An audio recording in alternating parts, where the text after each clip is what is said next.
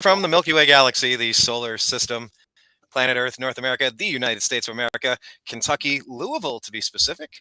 Hello, everybody, and welcome to another episode of Agree to Disagree here on the TNAM network with the new American media because the news always matters.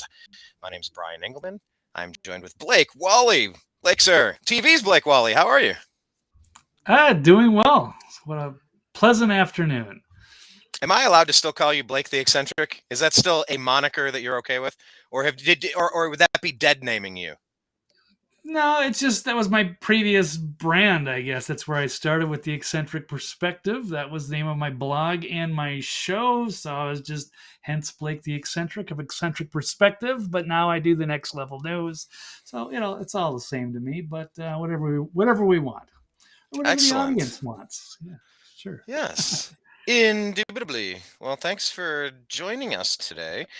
Now, the stuff I typed in for... quick. Oh, it's fun.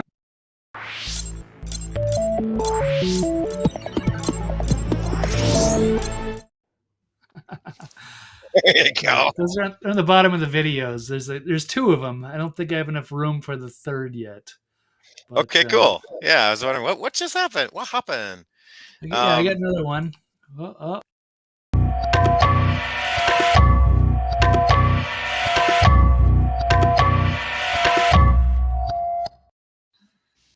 Yeah, I like that one. That one's pretty good. Something like that. I think we can expand on that one. I think we could. Work in progress. Yeah, I just got to get the templates, and we'll find stuff that works and new logos and what have you. But it'll get us through the beginning anyway. So exactly. Great to be here. And hello, everybody. As this is a work in progress, we're figuring this out, and we will have it mastered by February. Indubitably. Want to say hi to Jane Meyer, saying hi, Blake, and anybody else out there in the universe checking us out. Yeah, so now the stuff I typed in, we're learning this as we go. I typed in the description to this, and there were 3 sentences, 3 things, agree or disagree. Do you have those? I don't know where they went. I typed them, but I don't see them on my dashboard here. Because these are the subjects that we're going to cover today. I'd have to look at it on the YouTube and see if they're. I don't know where they post. So as we try to figure out this Restream software, they are listed. Like if you go to the show description under the YouTube channel, you will see it, perfect. But it's not in the studio. So there we are. Look at that. It's Inception, dude. Whoa. Nobody's ever done that before. Nobody's ever done that before. Okay, so in the descriptions. Yes, okay. Cool. Okay, cool. All right, Blake, let's jump into it. Thank you for everybody for putting up. Well, yeah, we're getting there, but a little bit of a learning curve as we launch this new show here. So, but it's all good, man. I feel like I'm a fish back in water. I've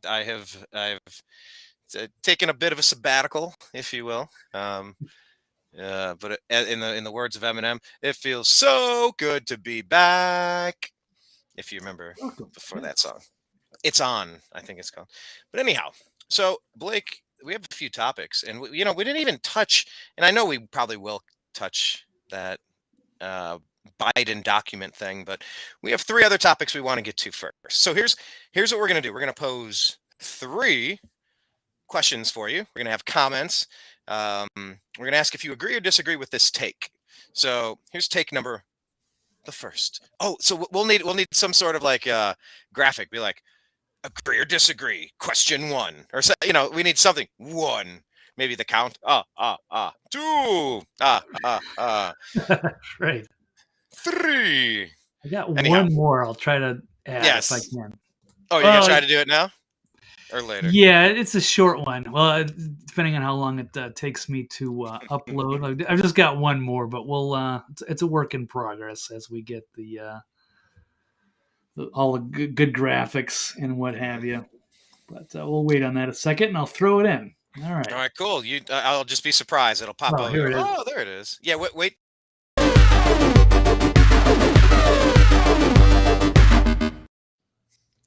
Yeah, I like the button concept of agree, disagree, left, right, the binary.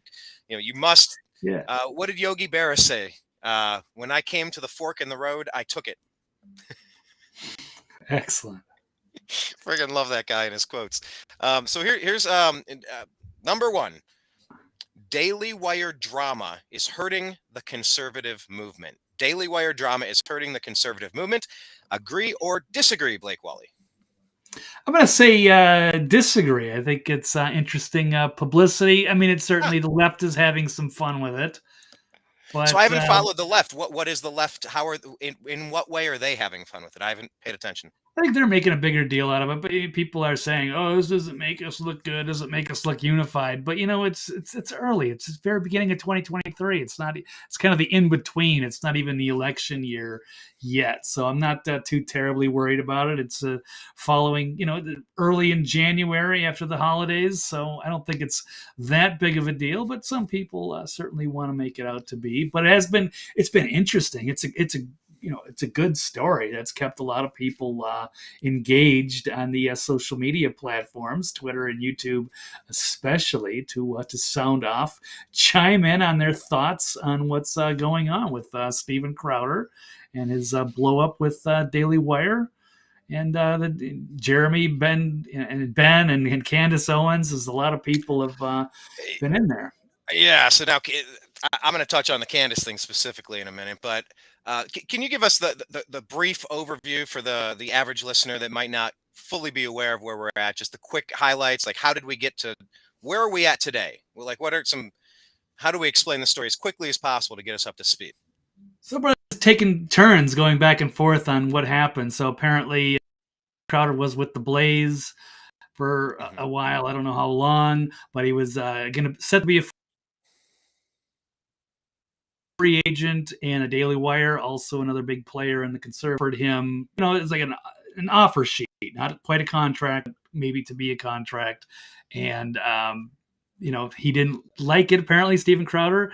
And so, I mean, it was a thought. And then he kind of fired back, apparently, with his own counter offer, which was not met.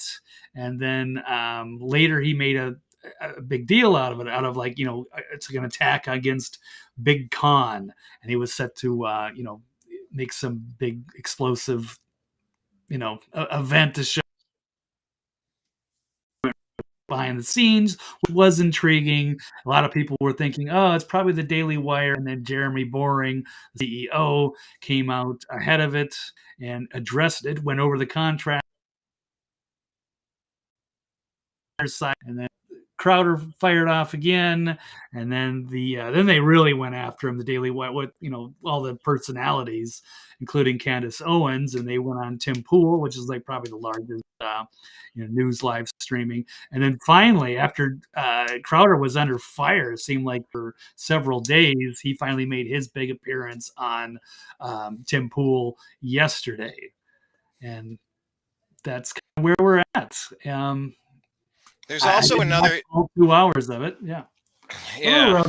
Yeah. I like the topics. I like the causes. I like the importance of trying to determine what an accurate news story is versus propaganda, lies, manipulation, theft, and treason.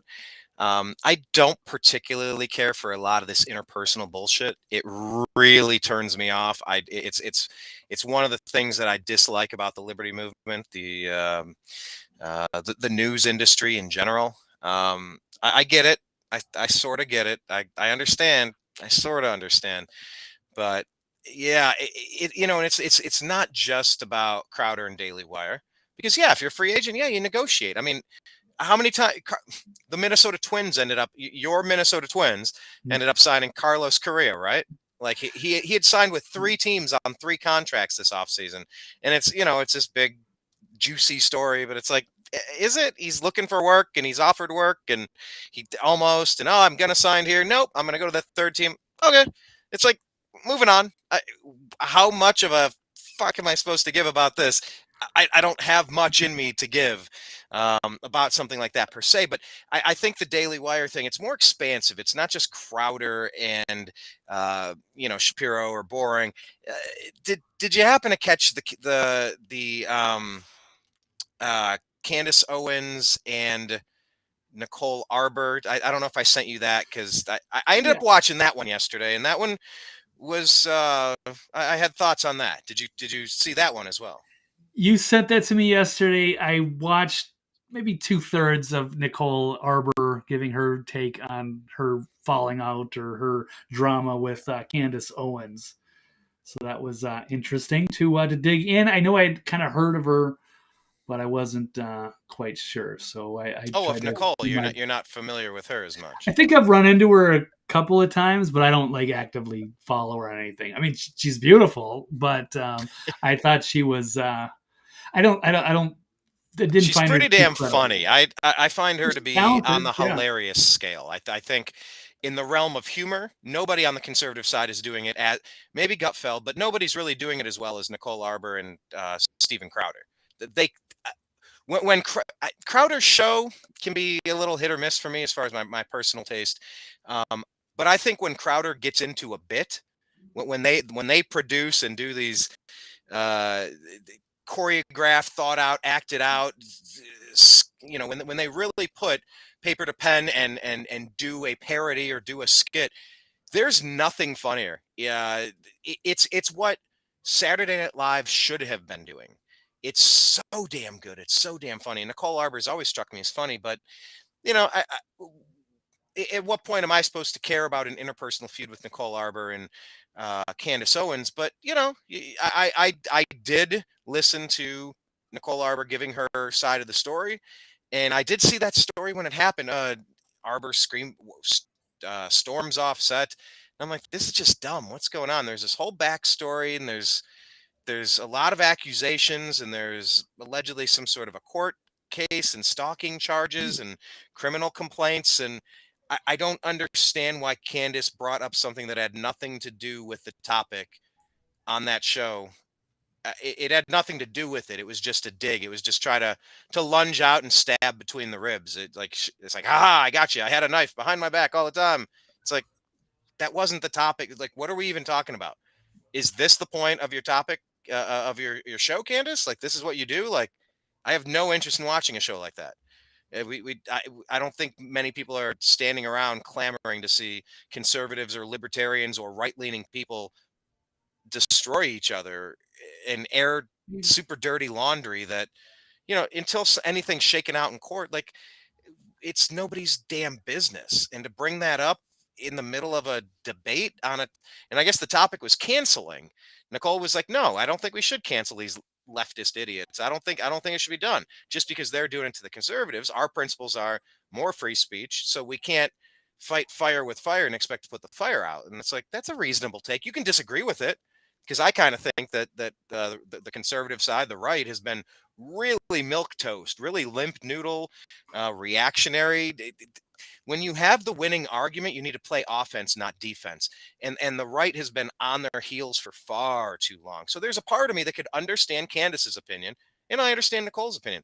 Fine. We agree to disagree since we're not on the same page of the topic. Move along. I'll bet you agree on 97% of the other things. But no, we're going to fixate on that, and we're going to blow things up and make it all about drama. So I'm starting to become concerned, Blake, that the Daily Wire is just a bunch of crappy drama, and it's really kind of poisoning the well for me. I don't find myself attracted to considering more of their content. It's swarmy. And I know Crowder brought this other thing out. It wasn't Daily Wire out there talking trash. Like, they're negotiating. I'll make you an offer. Well, we kind of know what Rogan got. We're hearing what Crowder's got 5.5 million subscribers on his YouTube channel. Like, he's with his mug club, he's doing a lot of things right, and he's been doing a lot of things right for a long time. Nobody's perfect. I don't agree with anybody 100% of the time, not even myself. But yeah, an offer came out, and I don't like how Crowder put that out there. Like, you're if I don't understand the negotiating tactic. I get Right. no news, no publicity.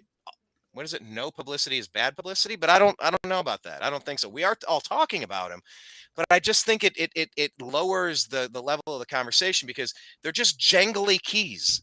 We're leading with this story when it seems clear to me that the deep state is getting ready to jettison Joe Biden, and they're finding documents up his nose, in his pocket. It's in the it's in the, what's it called, in the car, the, doggone it, not the dash, the glove Trays, box.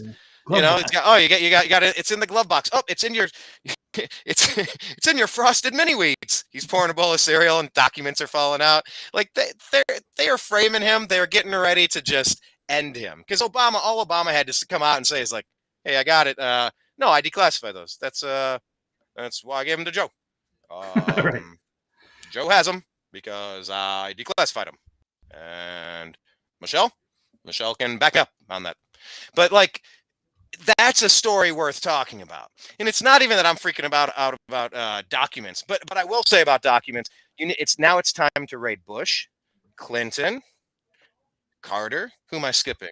Obama. Yeah, all of them. Raid every one of their libraries and every one of their homes. Do it all to everyone. Even poor old Jimmy Carter. But you better do it with CNN cameras in the middle of the night like you did to Roger Stone. If we're going to be fair here. So I think there's important stories, and then I think there's just trash. And I feel like all of this Daily Wire stuff is trash. And to me, I'm just taking on the DW brand as being trash. It's the brand for me. It's all rubbing me the wrong way. I don't like any of it, Blake.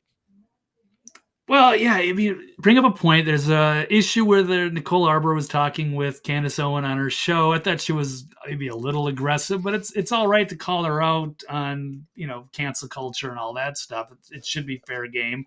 So it was interesting what she was saying was actually happening. Now, I don't, I don't subscribe to the Daily Wire. I generally think they do fine work, but they're not really my thing. I think they got some very talented people. I'm not a big fan of Ben Shapiro. I'm not going to tune into that. I'm kind of not trustworthy of some of that because I kind of look at them as, never Trumpers or a little too conservative. I'm not really sure who the people that they're trying to appease, but they do some good content. So I'm not entirely opposed. I think Steven Crowder was totally in the wrong for how he handled the situation. I think he's got an enormous ego, and I think he very badly miscalculated. Yeah, we can talk about Carrera. I'm not sure about the name because I don't follow baseball like I used to, but imagine a team giving you, a contract, and instead of saying like, thanks but no thanks, or you're going to wait to field more offers, or you're going to have your agent, you don't go on social media and just start blasting like, oh, can you believe the Twins only offered me $50 million? But he left that part out. He was just showing parts of the contract where if he missed so many days, they would dock him so much, or if he got his YouTube canceled, they would have to, they'd have to give him a haircut. He didn't like any of that. He did, but I think the whole thing is gross, Blake. Don't get me wrong. Like I think it's gross, but like Crowder makes an interesting point. If you're going to dock me 1/50th of my pay because I'm deleted by a YouTube tech tyrant, they're deep state. They're deep state traitors that are violating our First Amendment rights. We have the opportunity in this country to say what we want. It's the First fucking Amendment. Right. It's literally the first thing that governs all of the other things. Say what you want to say. That's it. And if Crowder's like, well, hold on. We've gotten banned for saying all sorts of truthful, non-hateful, non-criminal things. That's not up to me. It's not my fault that a tech tyrant's gonna give me a demerit and send me to detention after class. Why are you going to take my money because the left is stupid and vindictive and spiteful? That's exactly what they are. I agree with that. But why does that become my financial burden? So I because agree it with him hurts on that Daily point. Wire too. But it hurts them just as much. And they're saying you got to take a 20% cut until we can get that money back. Until your strikes. And they are perfectly within their rights. Both of them are completely valid for having the opinions they had, for pushing for what they pushed for. Okay, we agree to disagree and we move along. Sometimes it's really that simple. Maybe there's not a right or wrong. I understand why the Daily Wire. You open a website called Defeat Big Con or whatever, and then just try to go after your people, because I think he's kind of like hurt because those aren't his people. They're clearly not his people. They're clearly not his people. So he's not going after his people. He's friends with Jeremy Boring. He's friends with Ben Shapiro. These are his allies for 10 years. And then I don't think he is anymore. No, after he burned the bridge and went out in public. But I think that's what he was taking all the criticism for. I was like, dude, you shouldn't be recording your calls and going after them. when the reality is, to me, I mean, he acts like he's on a crusade to, like, save, like, guys like you and me. Like, he's just looking out for us. Well, that's what he said after. But if the Daily Wire would have taken his counter offer at $30 million a year, we wouldn't be having this conversation. He would have taken that money, been happy with it. But I think once they said, that's too much, sorry, we're not prepared to put out that much money for you, then I think he's like, oh, now he wants to go after them. Like, they bruised his ego by not taking his counter or even working out another deal. I think they were about as comfortable as they could with $50 million. And, oh, by the way, if you get banned off all these channels, we're going to get hurt, but so are you. You got to bear part of the brunt, whether it's right or wrong. And it's total hypocritical BS anyway, because he's always, he's got to play the game on YouTube too. That's his biggest audience. So he has to self-censor to some point or go behind a paywall. He can't say, so he's totally just, it's double standard. It's not right. And I think that's just his huge ego that burned this whole deal. And I don't think he did I think favors. the deal wasn't happening anyway. So he's just like, all right, well, here's what they put in front of me. I thought it was trash, and I'm gonna try to take them out. Like, I'm gonna try to, I'm gonna do my thing over here. I tried to team up with the Blaze, didn't work. Tried to team up with Daily Wire, didn't work. All right, I'm doing my thing. Take it, right? Because there is something about the self-censorship that is it's contagious, it's nefarious, it's really destructive to encourage people to bite their tongue, especially when you're in the commentating realm. And that's just a disagreement of what they felt was an appropriate risk. What do I care? I can understand the business side of DW. I can understand Crowder saying, hey, it's not my fault that the lefties up in Silicon Valley are going to demonetize my channel. I would go so far as to say I don't know anybody who's been fighting big tech more than Steven Crowder with his half Asian lawyer Bill Richardson, whatever his name is. But like they have gone hard in the paint with a lot of lawsuits and a lot of legal battles to fight them because they've been demonetized. Their streams have come down. They've been everything that we've been talking about for 10 years. It's happened to you and I. It's happened to anybody out there. They've fought back. They've fought back a lot. So I mean, a lot of these people bring value on their own. Sometimes they just don't make good bedfellows. I'm not going to write off the Daily Wire or Steven Crowder as dead to me because they couldn't agree on a contract. What do I care? I just don't like the whole vibe surrounding Daily Wire and Crowder and Arbor right now and Candace Owens. It's all just it's like squiggly lines in the cartoons. It's just a lot of squiggly lines coming out like, I just back away from that stuff. Alex Jones was the king of that. That's why I always kept him at arm's length. He did so much great work, but he was always a little too radioactive for me to, I'm gonna, get a little distance. Yeah, some of it's just about getting the clicks and generating that controversy. So there's a lot of people that do that. I thought, but in this case, I thought the Daily Wire was very professional in the way that Jeremy Boring spent that hour conversation, breaking everything down, very reasonable. We won everybody over as far as I was concerned, except for like the hardcore Crowder fans that just don't want to hear anything. But the other issue I have with Crowder is that he's this great crusader. He doesn't want to have people under bad contracts. But look what he did to Sven or Not Gay Jared and whoever else that he's got on his staff. The one thing that he did have a problem, or there's an Owen Benjamin thing too, right? Owen Benjamin is not on an NDA, and he has been very critical of Steven Crowder, who he's been a longtime friends with as well, but trying to be as a voice because those guys can't talk because they're under their NDA or a team of lawyers that are going to go after them if they say what really happened. So I already got a very good understanding of the kind of person that Crowder is, and as well as Nicole Arbor. Their pathological narcissism is problematic, and you don't want to work. Wait, but you said, hold on. But to be fair, you said that you're not familiar with Nicole Arbor. That's a pretty sweeping claim to say that about someone you're not familiar with. Well, I did watch the video, and I did find out. I did look her up on YouTube, and it had. She's got a pattern of problems of people calling her out for her BS. She hasn't been around that long, and her ex boyfriend. And I've already been around narcissists, so I kind of know what to look for. And when you start seeing the other side of Nicole Arbor, you see what she really is. These are toxic people, and she made up some whole story with her ex boyfriend who was in Nashville. I forget his name. He was like a musician or something. So she's been problematic with a number of people, and so that's my observation. And I wanted to believe her.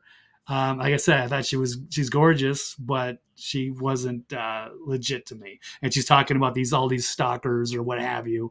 I'm not. I didn't think that was legit at all. But that not saying that Candace Owens has a right to make light of that or tell everybody who that is. But she is the pattern of playing the victim anytime she's called out. I kind of just when you're around some pathologically narcissistic people, they kind of operate on a program, and you know what to look for.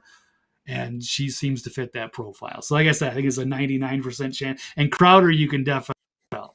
He's also And the thin-skinned egomaniac who's trying to control all the people around him.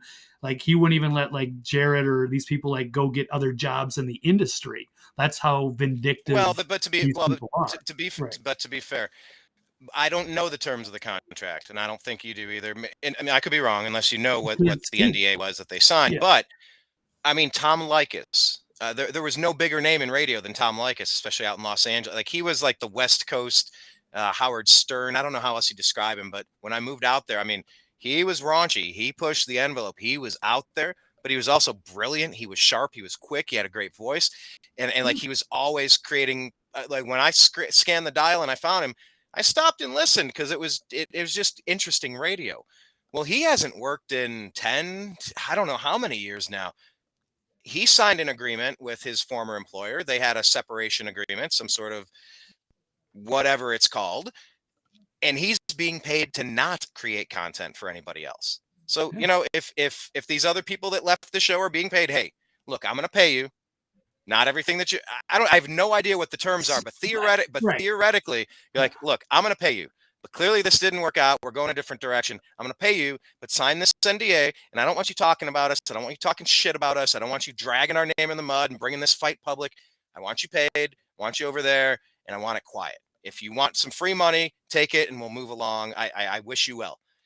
I that's very possible. That's a very possible thing that's going on because I watched it with Lycus. He was paid to not do his show, and he's occasionally popped his head back out and said as much. And he's like, I'm making the almost, I forget what it was, almost the same amount of money for doing nothing. And he was making like 5-10 million a year. And I got to double check all these stats. I don't have them Opie and Anthony did the memorized. same thing. They got paid to like take a whole year off because they got banned or whatever, but it was like part of their contract. Yeah. Yeah, I But get like it. I mean, it's kind of like pretty, Jane Meyer in the chat over here. She's saying, "Well, is this all scripted? Maybe." Saying, "Absolutely, it's possible. It's well, possibly all scripted. No publicity is sometimes they bad do to publicity, get clicks but to it gives me a generate bad controversy. taste in my mouth. I don't enjoy it in any way. Bad taste. So, anyway, I think Yeah, we've run this topic into the ground. Blake, final thoughts? sure. You think it's good for the conservative movement, and I think it's bad for the conservative movement. Just Agree for or disagree? publicity. Man, I'm gonna have to switch what I initially said, but No. all I right, said well, I'm gonna Daily go Wire drama agree. is It's good hurting the because conservative movement. I'm gonna say, yeah, I agree. Overall, big picture, it got us to talk about this and to face this issue. I don't think it worked out very well for Stephen, but he's still got an enormous audience, very loyal people, so he'll be fine. I want to say what up to Jeremy watching in the Agree to Disagree group over here in Facebook. That's pretty cool. Jeremy, I'm going to tag you. What's up? Thanks for watching. Jeremy, do you have any thoughts on the Daily Wire drama? Is the Daily Wire drama hurting the conservative movement? Agree or disagree? All right, we'll go to question number 2. Do you have a question 2 logo to go? Any No, cool we'll just have graphic to yet? run one of those again. Hold on. We'll where is that clip? I just left the studio to go look for the Oh, next okay. clip. Okay, here we go. Graphics. Oh, good. Here's another one. Boom. No, I don't have.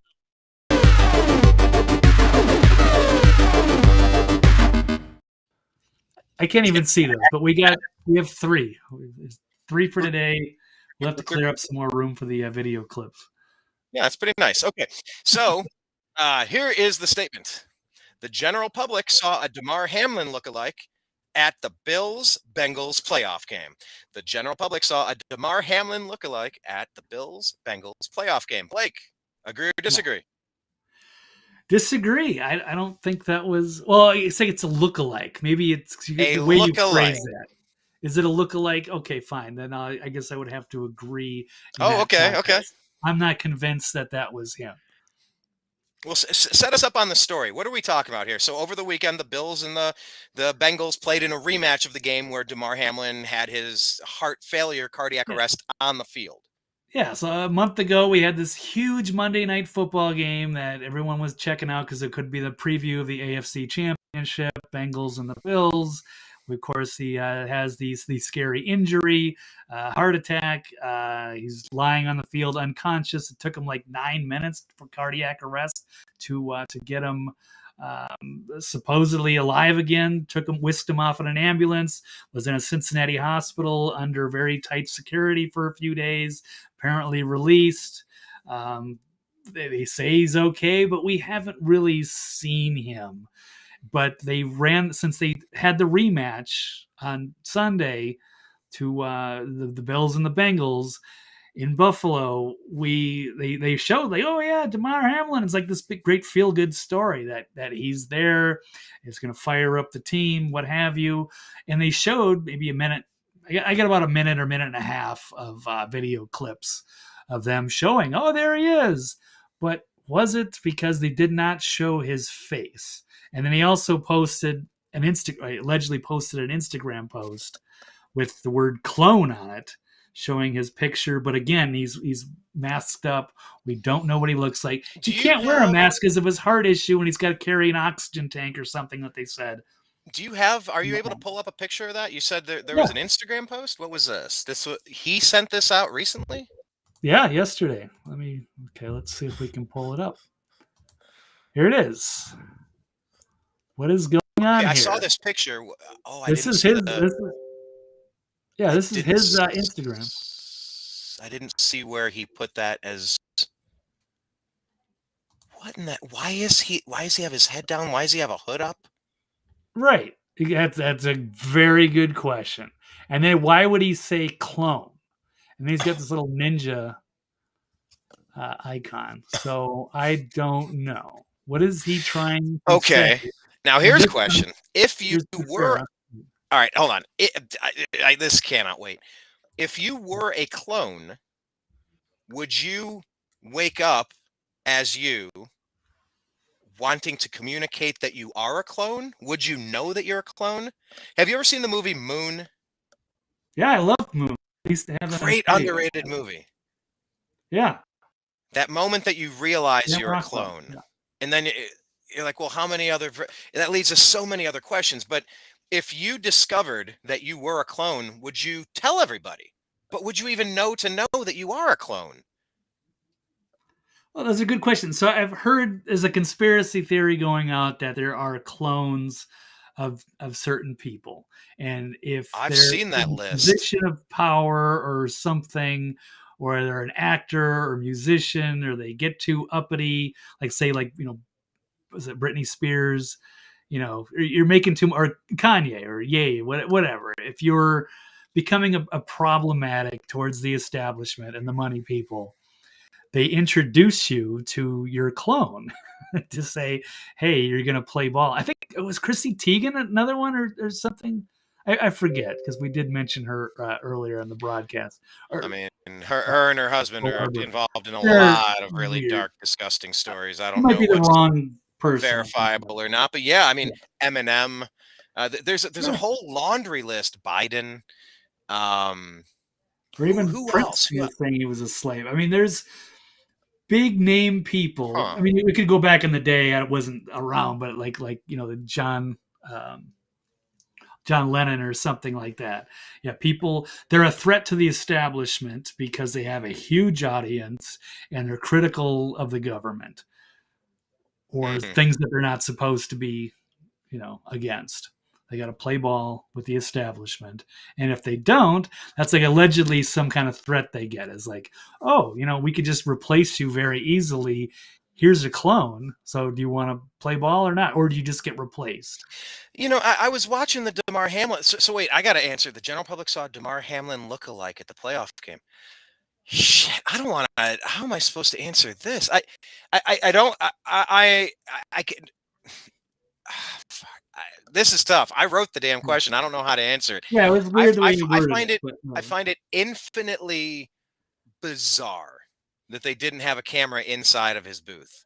I find it bizarre that they showed him in the middle of a snow globe shaken up, like someone behind a plexiglass screen, and it's just nothing. You can't see anything in the blizzard.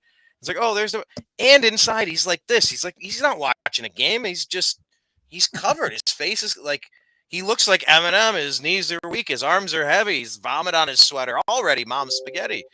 He looked nervous, but on the surface he's calm and ready or whatever. But like, why? And then the other video of them getting off of an elevator and walking around a corner to get in a second. And it's like it's just it's like hiding. It's the look of what it looks like to hide. What are you hiding from? You're the hero. You're the super. Like you're everybody's. Thank you, Jane. Yes, mom's spaghetti. Um, this is your moment to say, "I'm back. I'm okay. I'm stronger than this. I'm gonna defeat what's going on." That's not the time to hide. That's your curtain call. That is your moment to reemerge victorious after 3 days behind the cave. You roll the stone away. Ta-da! I'm risen again. I am Demar. yeah. Why could you never see it? Okay? I'm gonna disagree with that, but I'm very curious. Did anybody see any good clear pictures of him that day? Like, are there any No. pictures that exist? If you look at those threads, there are people that are showing pictures of Demar Hamlin, but it was in a different outfit. It was something similar, like he was wearing a baseball cap, but he wasn't wearing the hoodie.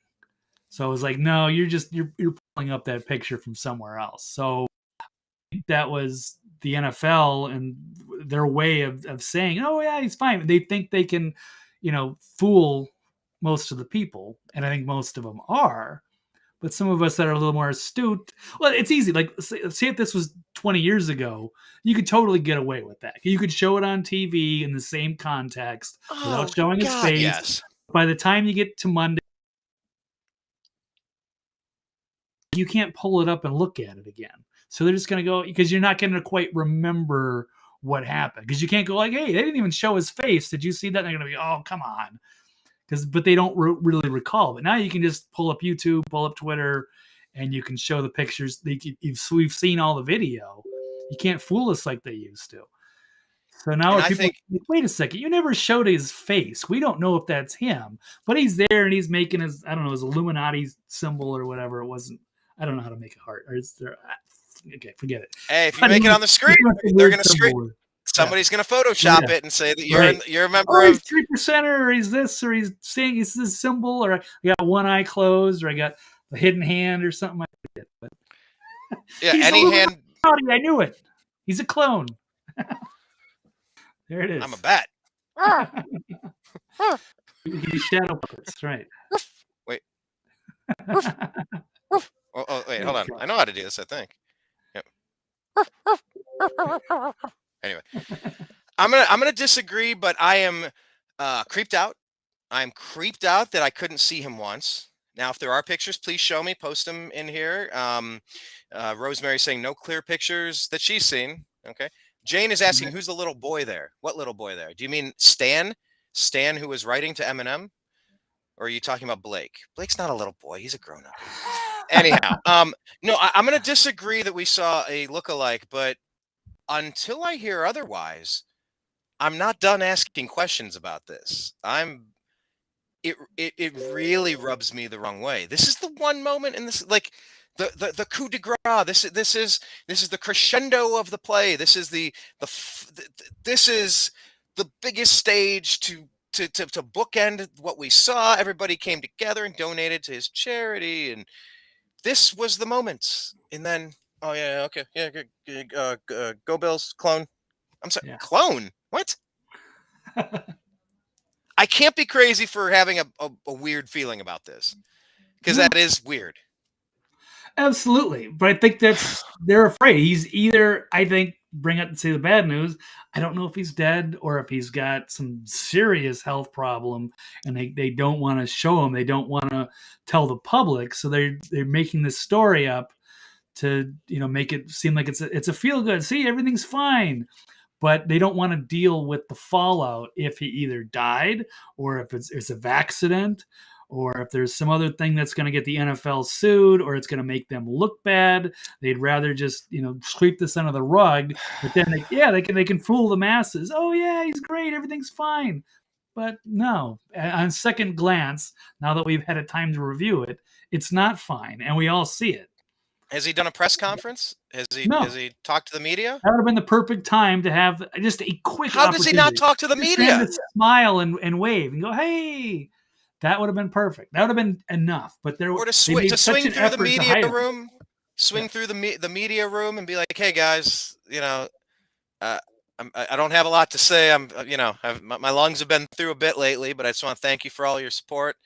All of that money donated is going to go to the children's fund, but I'm setting up a second separate fund now to help me and my medical bills. It's over here. If anybody wants to help, thank you so much. I'm going to go continue getting treatment. Big prayers to all the members of the Bengals staff that helped me get through this, the people at this hospital, and everybody out there in the world. Thank you so much. Like, you have to have that moment. How do you get through that game and not bring him to the press room for 2 minutes, 60 seconds, right. and you're done? Like, I don't have it in me to talk a lot. I just want to say thank you to everybody out there. And I'm going to work my hardest to stay with this team and, let's go Bills. Like, that's it. 20 seconds, 15 seconds. You could have got it all done in 2 sentences by saying thank you and just going. You and I are in content production, creation, media, presentations, documentaries. There are certain scenes that certain stories require, and it's based on the footage that you have. If the NFL can't get one good shot of Demar Hamlin, that's intentional.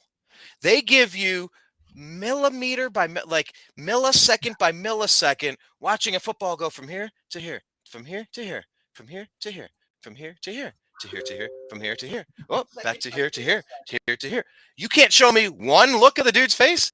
So if I didn't see it because I was out and I might have missed an image on the screen, maybe I didn't see a press conference that happened. If so, please put a link for it.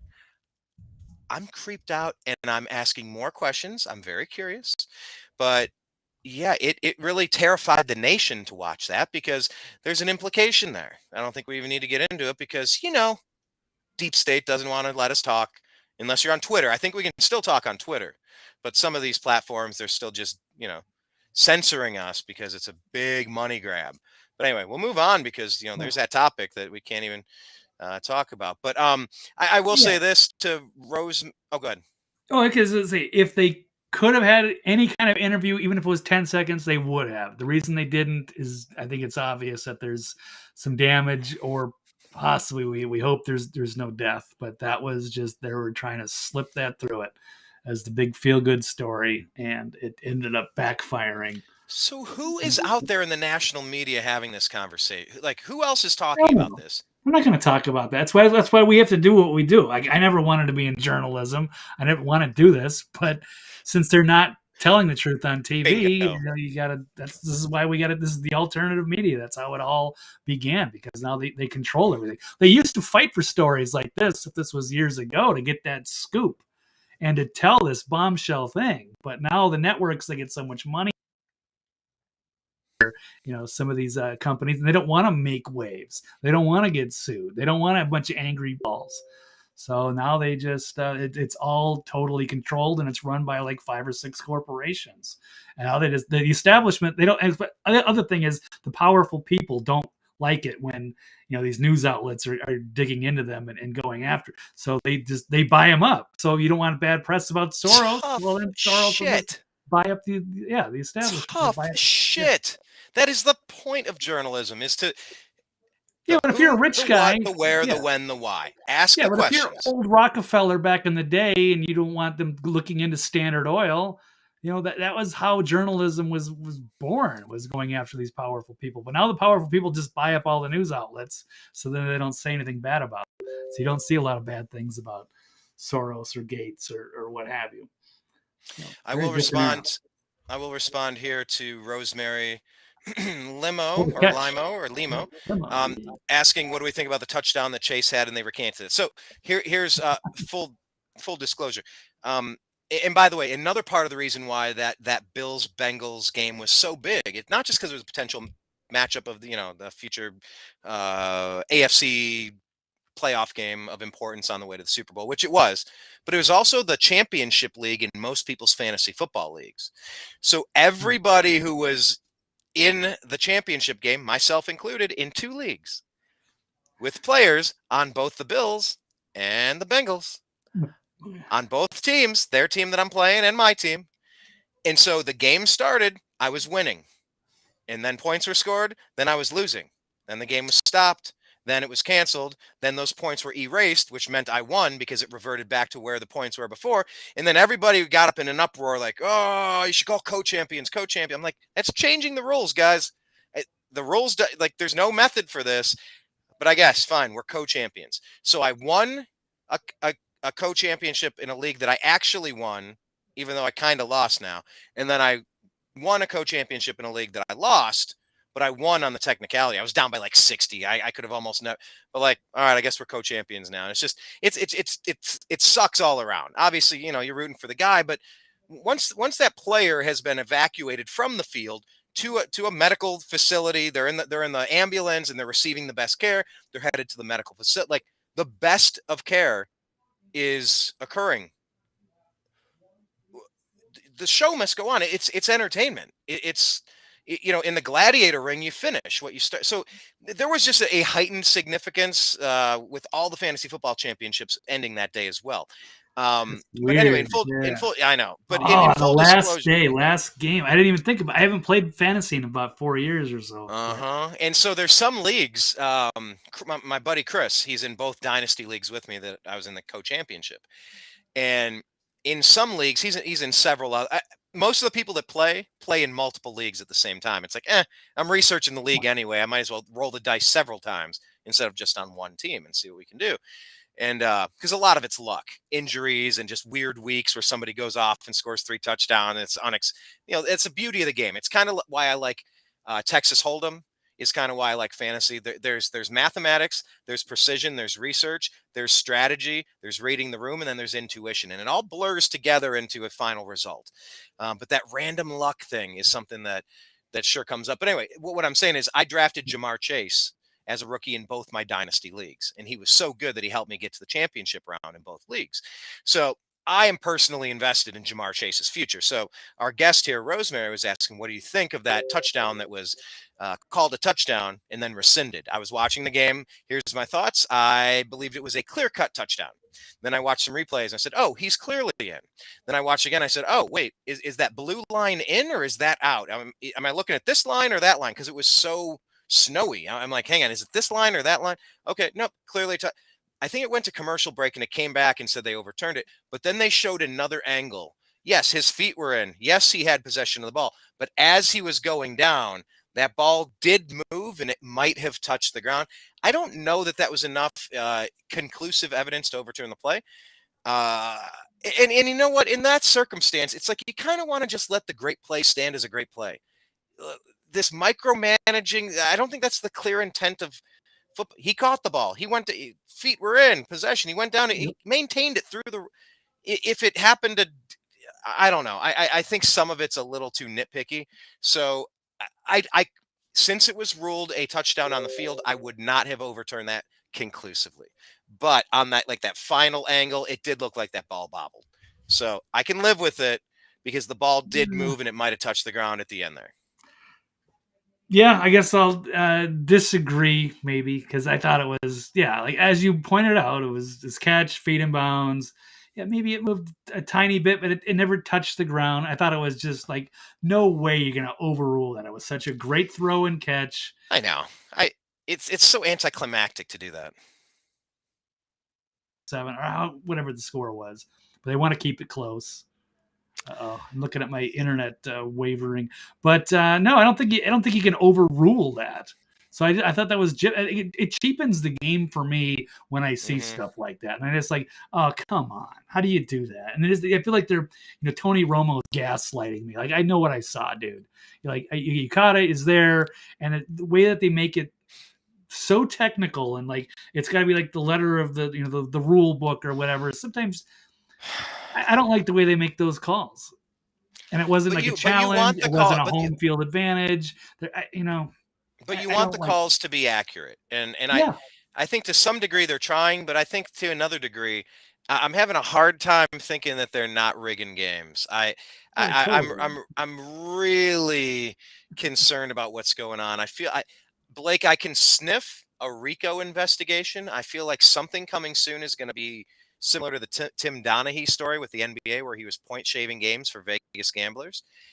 I have a hunch. I have no information, and I'm not making any accusations. But I have a hunch that we might be finding something out about this coming up because internet gambling is becoming more and more and more popular. And if you can rig a game, this is a crossing state lines. This is a multinational effort to defraud the American public. Um, there's a lot of potential here with the amount of money changing hands. I just have a hunch. I have a hunch that at some point down the road, we're going to see something from the NFL where we're going to find out about some and it doesn't take a lot, Blake. It doesn't take a lot. All you have to do is a phantom holding call on number 72. There's a holding call on every damn play. Every play you could call holding. But when are you just going to let them play? If it's not a great, but on the flip side, when the defensive ends are being mangled and twisted and spun down and they're just letting it happen, it's like, you have to call that. That's insane. You're right in front of them. You must call that. So when you see the obvious plays right in front of referees that can make the call, not being called, but then you see like weird phantom penalties being called, it doesn't take too much. All of a sudden, a team is driving. The team that you don't want to score for whatever reason or whatever the line is, it's too close to it. It's a 6-point line, and you don't want them to get with three point, whatever the hell it is. Holding 72, 10-yard penalty, replay, first down. So now it's 1st and 20. You can ruin a whole drive by calling one little play weird, or you run a fly route, you chuck it up 40 yards downfield, you initiate a little bit of contact. There's no infraction per se, and then penalty, pass interference, a big 45-yard gain downfield, and now you've totally swung the game over. I watched it with the Steelers against the Browns in the last game. It's like that wasn't a penalty, and you guys just totally swung this game in the third quarter. Like, how dare you? But some of that is me just being a homer, and that's part of what sports is. You pick your teams, you root for your teams, and at some Right. point to a little blind allegiance, and maybe we don't see things neutral. We see them through very shaded lenses. But yeah, I just have a hunch, Blake. I just put it on my long-term projection, my long-term prognostication list. I feel like sometime down the road, not too far into our nearish future, I think within the next half decade, we might see a story come out. Professional teams are in Vegas now. Everybody's gambling parlays on their phone, running these apps. Everybody's getting hooked into this gambling thing. And it's not like gambling's new, but having it on your phone super quick, and everything being instantaneous, and all the celebrities promoting it, all the money getting pumped in. I just got a hunch, man. There cannot be that much money floating around without some bad actor trying to find a way to skim a few off the top. That's just Oh, my there always hunch. is. No, it totally is. And I don't know how you police that. I don't know how you prove it. And I think they've got it very carefully worded that it's just for entertainment, and they can get out of that. So I don't see anybody, cracking down or digging through dragging it out. There's too much corruption, too much money, and that I don't see the good guys, cleaning that up. There's always going to be problems, especially when there's money on it. So it's it's just something we have to live with. But it was interesting when it was exposed with the NBA, and as Donaghy could point out, he can be a great ref, but it's so easy to just call a couple of quick fouls on the star player in the beginning of the game, and that changes everything. So football is a little tougher. But yeah, we've seen a lot of that stuff. I remember they had Bill Levy, but they got rid of him. He was one of the more corrupt refs. I thought that was always involved in something shady. But yeah, a strange call though in the Buffalo game. I thought Chase had that touchdown, and it's too bad. You hate to see that. That's like a play that should live around. Like that should be like a highlight people can watch for decades, especially if you're a Bengals fan or something. But now they've removed that, so now it just like it doesn't exist. So it sucks unless they want to compile a list of all of the touchdowns that should have been, or the Des Bryant play. They could probably put some of that stuff together.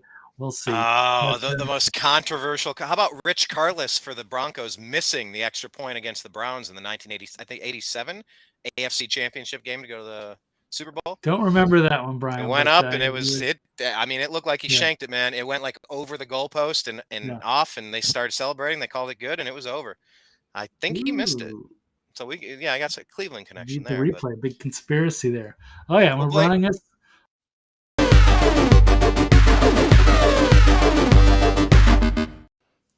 Since it's sports themed, all right. I'm used to that. I'm getting used to that kind of. I like the button. I think we need buttons now. Smash the like button. Smash the disagree button. This is one that we didn't preload into our pre-production meeting, our production meeting rather. But here's one: agree or disagree. Joe Biden is going to survive this full term. Agree or disagree, Blake? Not the way that's looking. They're getting with all of these documents. It feels like they're setting him up for a failure. But then, of course, the Mike Pence also on cue gets found with classified documents. So now I think so Pence is wrapped up in this now. Yeah, that was new today. So as all the pressure is mounting on Biden, like, oh, well, they found more. Now there's some in his other Delaware home, or in this room, or his garage, or this office. And now all of a sudden, oh, wait, we got Mike Pence too. So now it's just going to be everybody, and then no one's going to care. And now they're just going to have to redo the way that presidents and vice presidents are allowed to classify documents or unclassify them or what have you. Mike Pence. Yeah, you kind of wonder about that guy. If that's a, who is that? That's his real name? Yeah. All right. If that's his real name. I would like to see Mike Pence outside of that Josh Allen mural on Instagram saying clone. Yeah, that I would just quit. I think the simulation would crash at that point. It would just be Inception, a dream within a dream. I'm done. I'm tapping out. Okay, so Pence now. But yeah, I mean, I don't know how they would allow any smear to get onto Biden at all unless they're getting ready to jettison him. He has been bulletproof like any mob boss would be. So I find it very strange that they're allowing any sort of shade, because he's not allowed to have any shade thrown his way. Zero. None is allowed by the deep state media, by FBI, CIA, NSA, Homeland Security, all the deep state. The ones that run Facebook, the ones that run Google, YouTube, the same cats that used to run Twitter. Thank you, Elon. I appreciate it. I still don't love Twitter, but I appreciate what you did. The fact that any shade is being thrown on Biden leads me to believe that they're going to pinch hit. I think that there's going to be some sort of pinch hit. I don't know what that looks like. I don't know if you put Gavin Newsom into VP so that the woman can have her day. She was sitting at VP, slide her up, put Gavin as number one, and then maybe she runs out her term and says, hey, I want to focus on family, or, I started a nonprofit and I'm going to get out of the public spotlight. I was just happy to be a part of Joe Biden's team, and I'm going to pass the torch to Gavin Newsom. I don't think anybody in the world could vote for Kamala Harris. I don't think there's any way.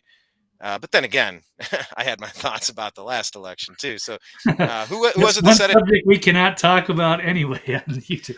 It was Who the is? most secure and amazing election Yes. we've ever had, and there's nothing Uh-huh. to dispute.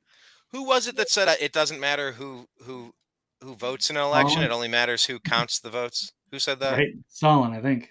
I think it was. That's I always very attribute it to Stalin.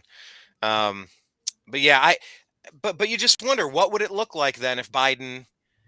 I mean, he should be charged with treason, like with what he's been doing in Ukraine, with getting the special prosecutor fired, with all the Hunter's shady deal. I mean, go down the list. I don't have time to like rehash all of this, but what the deep state was doing to spy on Trump, uh, to get the phony FISA warrants, completely cooked up by Hillary's DNC, making Watergate look like the child's play that it is. Watergate's such a damn nothing burger compared to yeah. a complete nothing burger. And then two fake impeachment hoaxes. Like everything they've been doing has been to get us at the brink of a nuclear war with Russia. That's what the deep state's been wanting. I don't understand why. And I guess they think we're too stupid to have an opinion on whether or not that's something we should participate in. Because they call the shots, right? Like it's not our elected leaders, it's whoever's pulling the strings, whoever they Right. are. That's where we are right now. But it's completely obvious what Biden's been up to, what his family's been up to. Not just the diary, not just the laptop, not just. I mean, they overthrew Ukraine in 2014 to do this. Like this was an Obama plot, and they say Obama's calling the shots in the basement right now. Hypothetically, literally, what's the difference? He reads the script and he can't even do that. So, I mean, would they throw him away as a useful soldier? He played his role brilliantly. Not really. It's just everybody was pretending it was. Everybody was gaslighting us to sell us. Nope, this is okay. Nope, nothing wrong with this guy at all. Nothing wrong with how things were counted the last time. Nope, everything is the best ever. You're like, none of that's how I feel. Okay, I guess that's how we're gonna pretend now. I just to see the change in attitude, in energy. I just wonder if they've made the decision to jettison him. But it's like, would you really do that to someone that's gone to such extremes for the cause?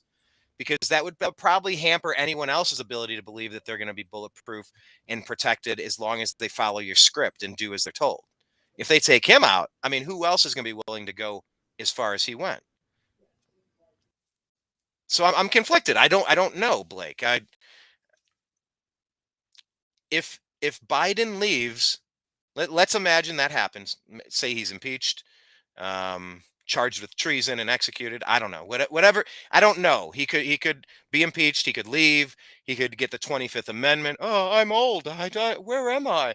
Oh, I don't know about Ukrainian documents. Oh, put me in a home. I'm so kindly and old and innocent and pure and feral, and there's the white driven snow in my legs. The kids played with my hair. Okay, so he's going to pretend that everything. Oh, you can't. Yeah, forgive him, Lord, for he knows not what he does. He's just poor lowly Biden. I mean, what would it play out like? Do you think he would get like the full hammer of impeachment? Do you think he would get drawn up on charges? I mean, that's what there's a hopeful group of people out there like, oh no, you got to just trust. There's all this. There's a plan. It's all part of a plan.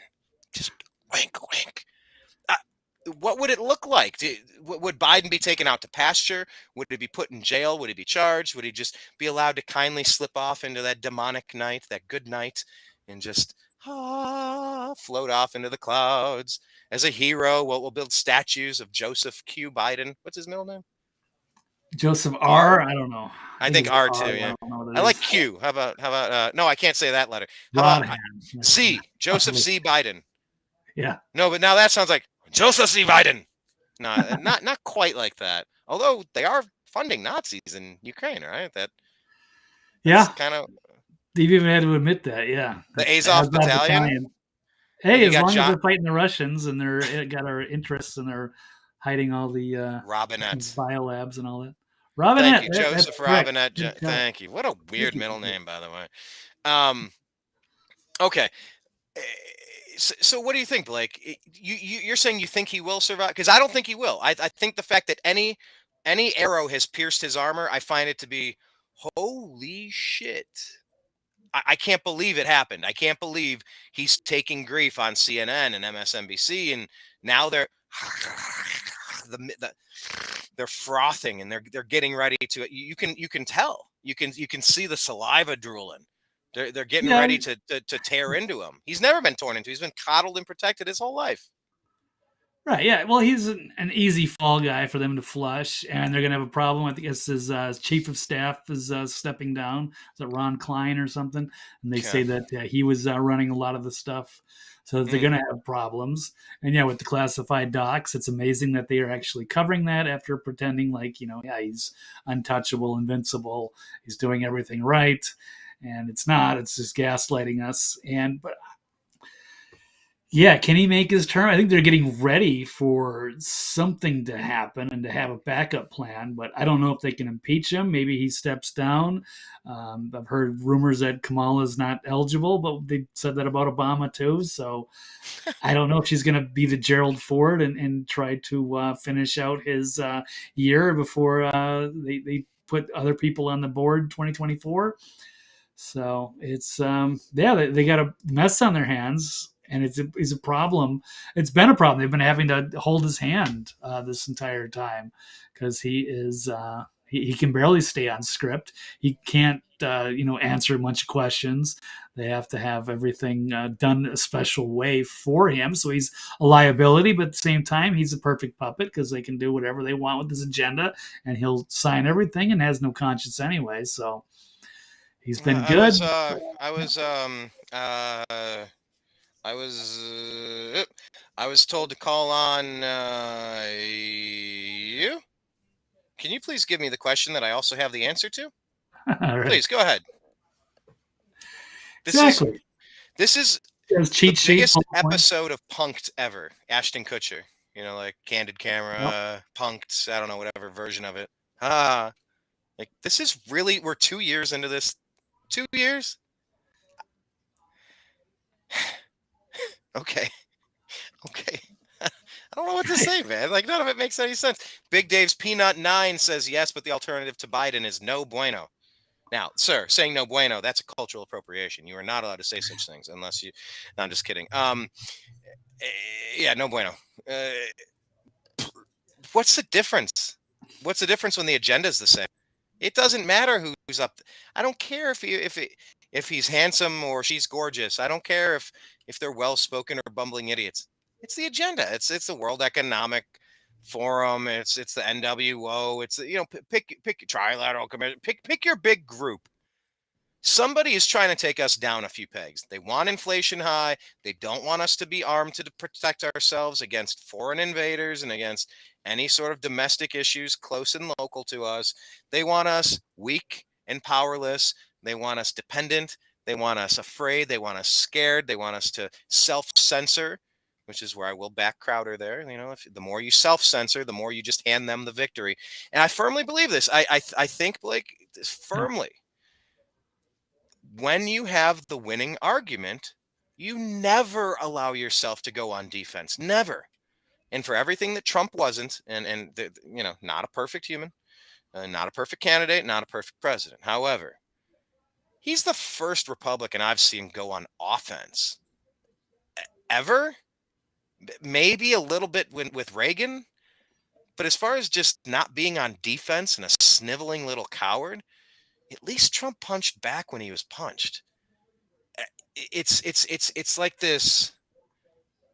It's a little bit like Cleveland sports, and I Oh, do another show called the everything ties into the Yes. Browns or Cleveland sports somehow. Yeah, I got the Browns. Yeah, there we go. Ohio State, Brown. Yeah, Yeah. All Browns right. right over there. Buckeyes here. Yep. Um, I think there was something about the Cleveland sports teams. one tough loss turned into another tough loss, turned into another heartbreaking loss. And just over the years and over the generations, like it just kind of became a self-fulfilling prophecy. Like you started to expect, "Ugh, well, let's see how they're going to find a way to lose this one." And when you start thinking that way, it kind of becomes a self-fulfilling prophecy. And it turns out like then you do choke. Tony Fernandez with the ground ball, or the fumble with Ernest Biner, and the shot with Michael Jordan. You go down the list and it just keeps happening. And it's like, how do you break out of it? And for the Republicans for too long, they've been playing defense. And it's the worst way to be, especially when you have the winning arguments, especially when you're in the right, especially when the stuff you're putting out is basic common sense, straightforward, agreeable, something. It's policy that works, policy that has a track record, policy that does no harm. You know, they need to be on offense, Blake. And Well, I what do you want them haven't to do? seen They enough of can't. They it. can't impeach him. They're not going to get 2/3 of the Senate. Oh, they absolutely need to do that. Absolutely. They're Let not the going. se- You let the, think they're let going to impeach him? They do just it and do it 25th quickly and get Amendment. it over They would with. have to Do it. work a deal with the Democrats because they're not going to vote for that. I don't think. Who cares? It's not about them voting for it. It's about the theater. Do it. Right, Do well, it you can't quickly. get it Don't done for drag just this. the theater. All right. Yeah, just for purely for the theatrical components, not They for did it to anything Trump, tangible. so they But would do that's it why to I'm saying. Biden. But I'm being very clear on the Yeah. second point. There's a very important caveat here. I don't want this shit dragging out for 2 years. No. Not like what they did, J6. Not happening. Do Well, it, the Russia hammer it hard. collusion. Here's what he's been doing in here's what Biden did in Ukraine in 2014. Here's when they installed Zelensky. Here's where they're funneling money. Here's when they got the prosecutor fired. Here's when Hunter's making his money from Burisma. Here's when Hillary and the DNC did this. Here's when that. So because of all of these things, working with the deep state, we're going to in Biden's involvement with his crime family, we're going to impeach Biden. Here, yay, nay, yay, nay. Okay, we're sending it to the Senate. Where the Senate soundly rejected the. Okay, cool. Next. And then impeach him again. Just like they did to Trump. Give him two. Split him into two different reasons. Do it quick. Do it in a couple of days. Put him to a vote. Make the Senate say twice, no. He's pristine. He's our guy. Okay. Well, then in the next election, you say, despite the fact that President Biden allowed 1.5 million illegal aliens to cross the southern border, he's attempting to run a second time. Congressman such and such in Georgia, she voted twice to not impeach this obviously criminal man. Vote the other guy for Senate. Yay! Like that's your campaign. But do it quick, move along, hit him twice, just like they did to Trump with their bullshit.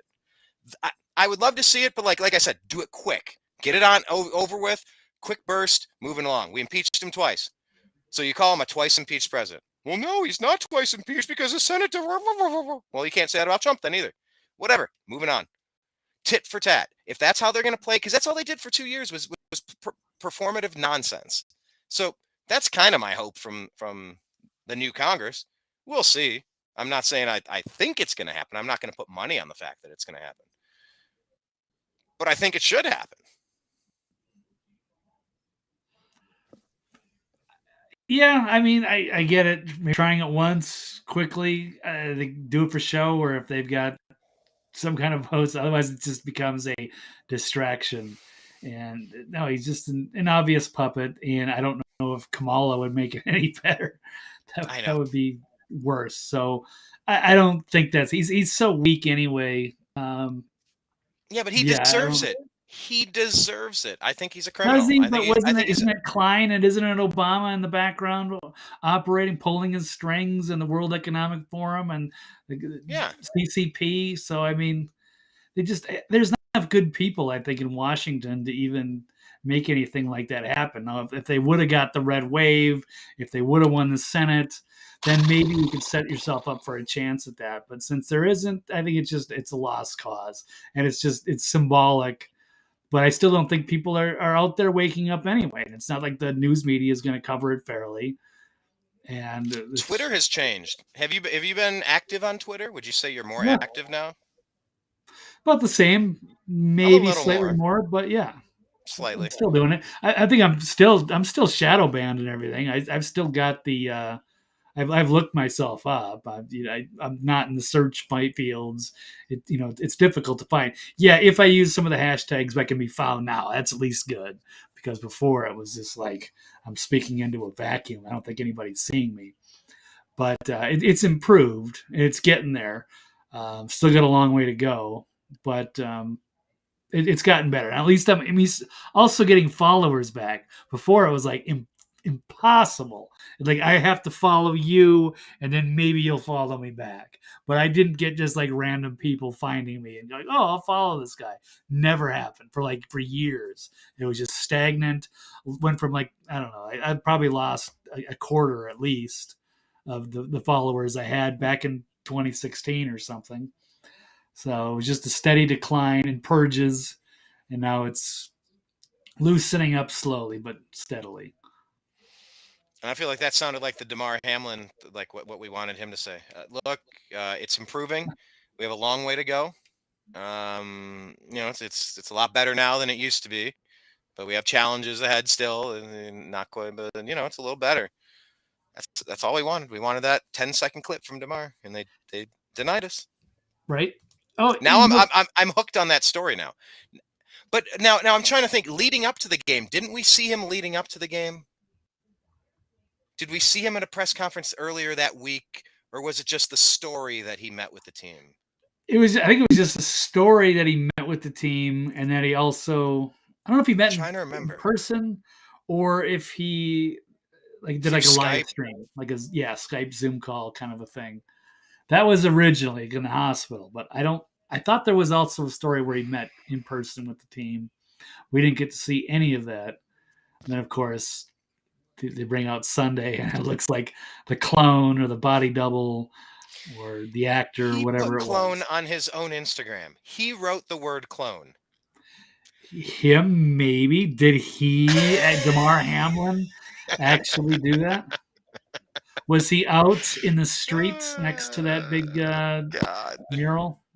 I don't know. I I don't I don't think he even know. was. Well, you saw Ghislaine Maxwell saying that that's a doctored photo of some Prince. Oh, of course, she's gonna say that because she's in prison, because she's innocent, like everybody else in prison. So, Like her everybody lawyers, else no in matter prison. what, until she's out of jail and past the statute of limitations, and she's on her deathbed, and she writes, a book, then we'll find out maybe what happened. But I doubt it. So the elitists tend to stick together, and she certainly benefited very well for a long time. Had a good gig going for a while. Yeah, but So once finally again, they let through it. was once again, wasn't this the plan all along? It's just an espionage ring. It's a blackmail ring, right? Like it's a Yeah. deep state run plan to you Well, just it's deep state plan also to control the presidency. So one of the things I of didn't mention, course. what we were talking about the Biden, is that there's a story that, and this is from Tucker Carlson, that the CIA took down Nixon because he was digging into the Kennedy assassination probe. So Yeah, I yeah, think I think history is going to look at Nixon very differently. I think over time, like Watergate is the biggest non-story I've ever heard. And it was just a deep state setup. You're saying that's what Tucker was saying? well, yeah, I mean, people think that, they killed Kennedy for a variety of different reasons. One of them is because of his objections to getting into the Vietnam War, which they got Lyndon B. Johnson to sign off on. So basically, he would go in, and they just needed to get Kennedy out of the way. Kennedy had his own issues, and he pissed off a lot of powerful people. That's just one thing. But once Nixon was in office and said, hey, did the CIA really start going after Kennedy? Was that an assassination attempt? And once he was starting to make a little noise, the deep state fought back and were like, you're not going, you're not opening up that door. So we're slamming that one shut, and we're going to get rid of you in the process. And so they exposed him for the Watergate thing, which is bad in its own right. But yeah, looking back, that was like nothing compared to the scandals of today, which are just hellacious and awful. And you're so And right. You're so right. Um, it, it, I don't know. Yeah, well, that's what it's compromised. That's where the executive is. So will they impeach Biden? I doubt it. The deep state is in control. There's not enough good people in there to overturn this. I don't think, unless there's something major going on. But I thought they would have done that in 2021. Here we are in 2023. Thought they were going to overturn this thing or vitiate it, or it was an interregnum and they were going to correct it, but none of that has come to fruition. So as far as I know, we're just waiting till November of 2024, and hopefully it's a good, clean election, and we can all agree on the results, whoever that may be, whether it's Trump back or if it's like I said, Gavin Newsom or Haywood. Was his Haywood Jeffries? Is that his name? I forget. I'm thinking of Haywood the old Jeffries was Oilers the wide receivers. receiver on the Houston Yep. Oilers. Haywood Jablomi was one of the funny names that you'd leave for, like, you'd write down as on the attendance sheet for the substitute teacher. Haywood Jablomi. Right. Oh, good. Mr. Hunt, first name Mike. Oh, goodness. Yeah. Anyway, yeah, that was. I mean, there was nothing better as a 13-year-old than Hakeem Jeffries. All right. Yeah, so Hakeem Jeffries. So Haywood. who is Hakeem Jeffries? He's like the rising star. He's like Obama 2.0, except he's the more overt version of Obama, who is very slick and covert about things. So, but he's the new woke star, because the Democrats have been kind of void of talent, whether they were going to bring in a Gavin Newsom or some other retread. But looks like they could be setting things up for Hakeem Jeffries in 2024. I don't know. Or do you bring Big Mike or Michelle Obama or something like that? I don't know. Are we doing that? Are we doing that now? So Hakeem, what state is he Good from? morning. Okay, I don't know. But Hakeem Jeffries, what state is he from? I don't know. He's relatively new to me, but the fact that they were trying to position him as the next speaker is a pretty huge deal. So, but I can look that up while you're chatting. I'm looking it up right now. Hakeem Jeffries, Okay. minority leader of the House of Representatives. At Homer, 8th Constitutional District of, what's it say? Democrat. 8th District. Of Yeah, in New York. Sorry. New York. Okay. New York. So, okay, so he's the one that nominated the spy. Who was the one that was sleeping with the spy? Swalwell? Yep. Swallowwell? Eric Swalwell, Fartwell, Swallowwell? Yep. Swallowwell? Yeah. Swallowwell? Sure. And the spy was literally named Feng Feng, right? Fang Fang, yeah. Is she still around? Where's she at these days? Are they married with kids? Did she go back to China? Is she living in San Mateo? Who is Feng Feng? That's a good question. I'm surprised. Maybe she does have a job as a DC lobbyist like everybody else. But no, maybe she did get sent back to the CCP. She did her job. She did it well, and now she can go. I don't know, move on from there. Well, I have Feng Feng is a Hong Kong actor and a footballer born in 1968. I don't think that's who we're talking about. No, it's Fang Fang, Fang. Oh, like the demon. Fangs. That I'm aware of. Yeah, like Wolf Fang. Yeah. Fang Fang and California politicians. Yeah, there's a couple. Has not returned to the U.S., said intelligence officials and her former political acquaintances. That was from December 2020. She's now in December 17, 2022, a more recent one. She speaks with media in, oh my God, guess what city? L.A., San Fran? No, say she has not returned to the U.S. DC. She's in China. Guess what city in China? She speaks with media in? Gotta be. Think level Beijing. 2 bioweapons lab. I mean a wet market. Oh man, really? Mm-hmm. Yeah, that's from December 17 on the New York Post. Feng Feng, chronicler of Wuhan lockdowns, now a virtual. Yep. Okay. All right. There you go. And I found a Dr. Fang somewhere close to me. That's cool. Anyhow. All right. Yeah, I mean, we're just living in a cuckoo clock, Blake. I just you said it perfectly. We didn't ask for this. I mean, I have a journalism degree, so I knew when I was 18 years old, 19, 20, 21, like I mean, I knew that I would enjoy doing something like this. Um, and I've written and done radio through college. Like it's not like I it's not like I didn't want to do this. I don't want it, but like I'm only doing it because I'm seeing so many lies, and it's like you will not tell me that 2 + 2 = 5. I am not incapacitated enough to believe that drivel. I'm not doing it. I will not say 2 + 2 = 5. And I just find that so offensive to my soul to just believe a lie, to repeat a lie.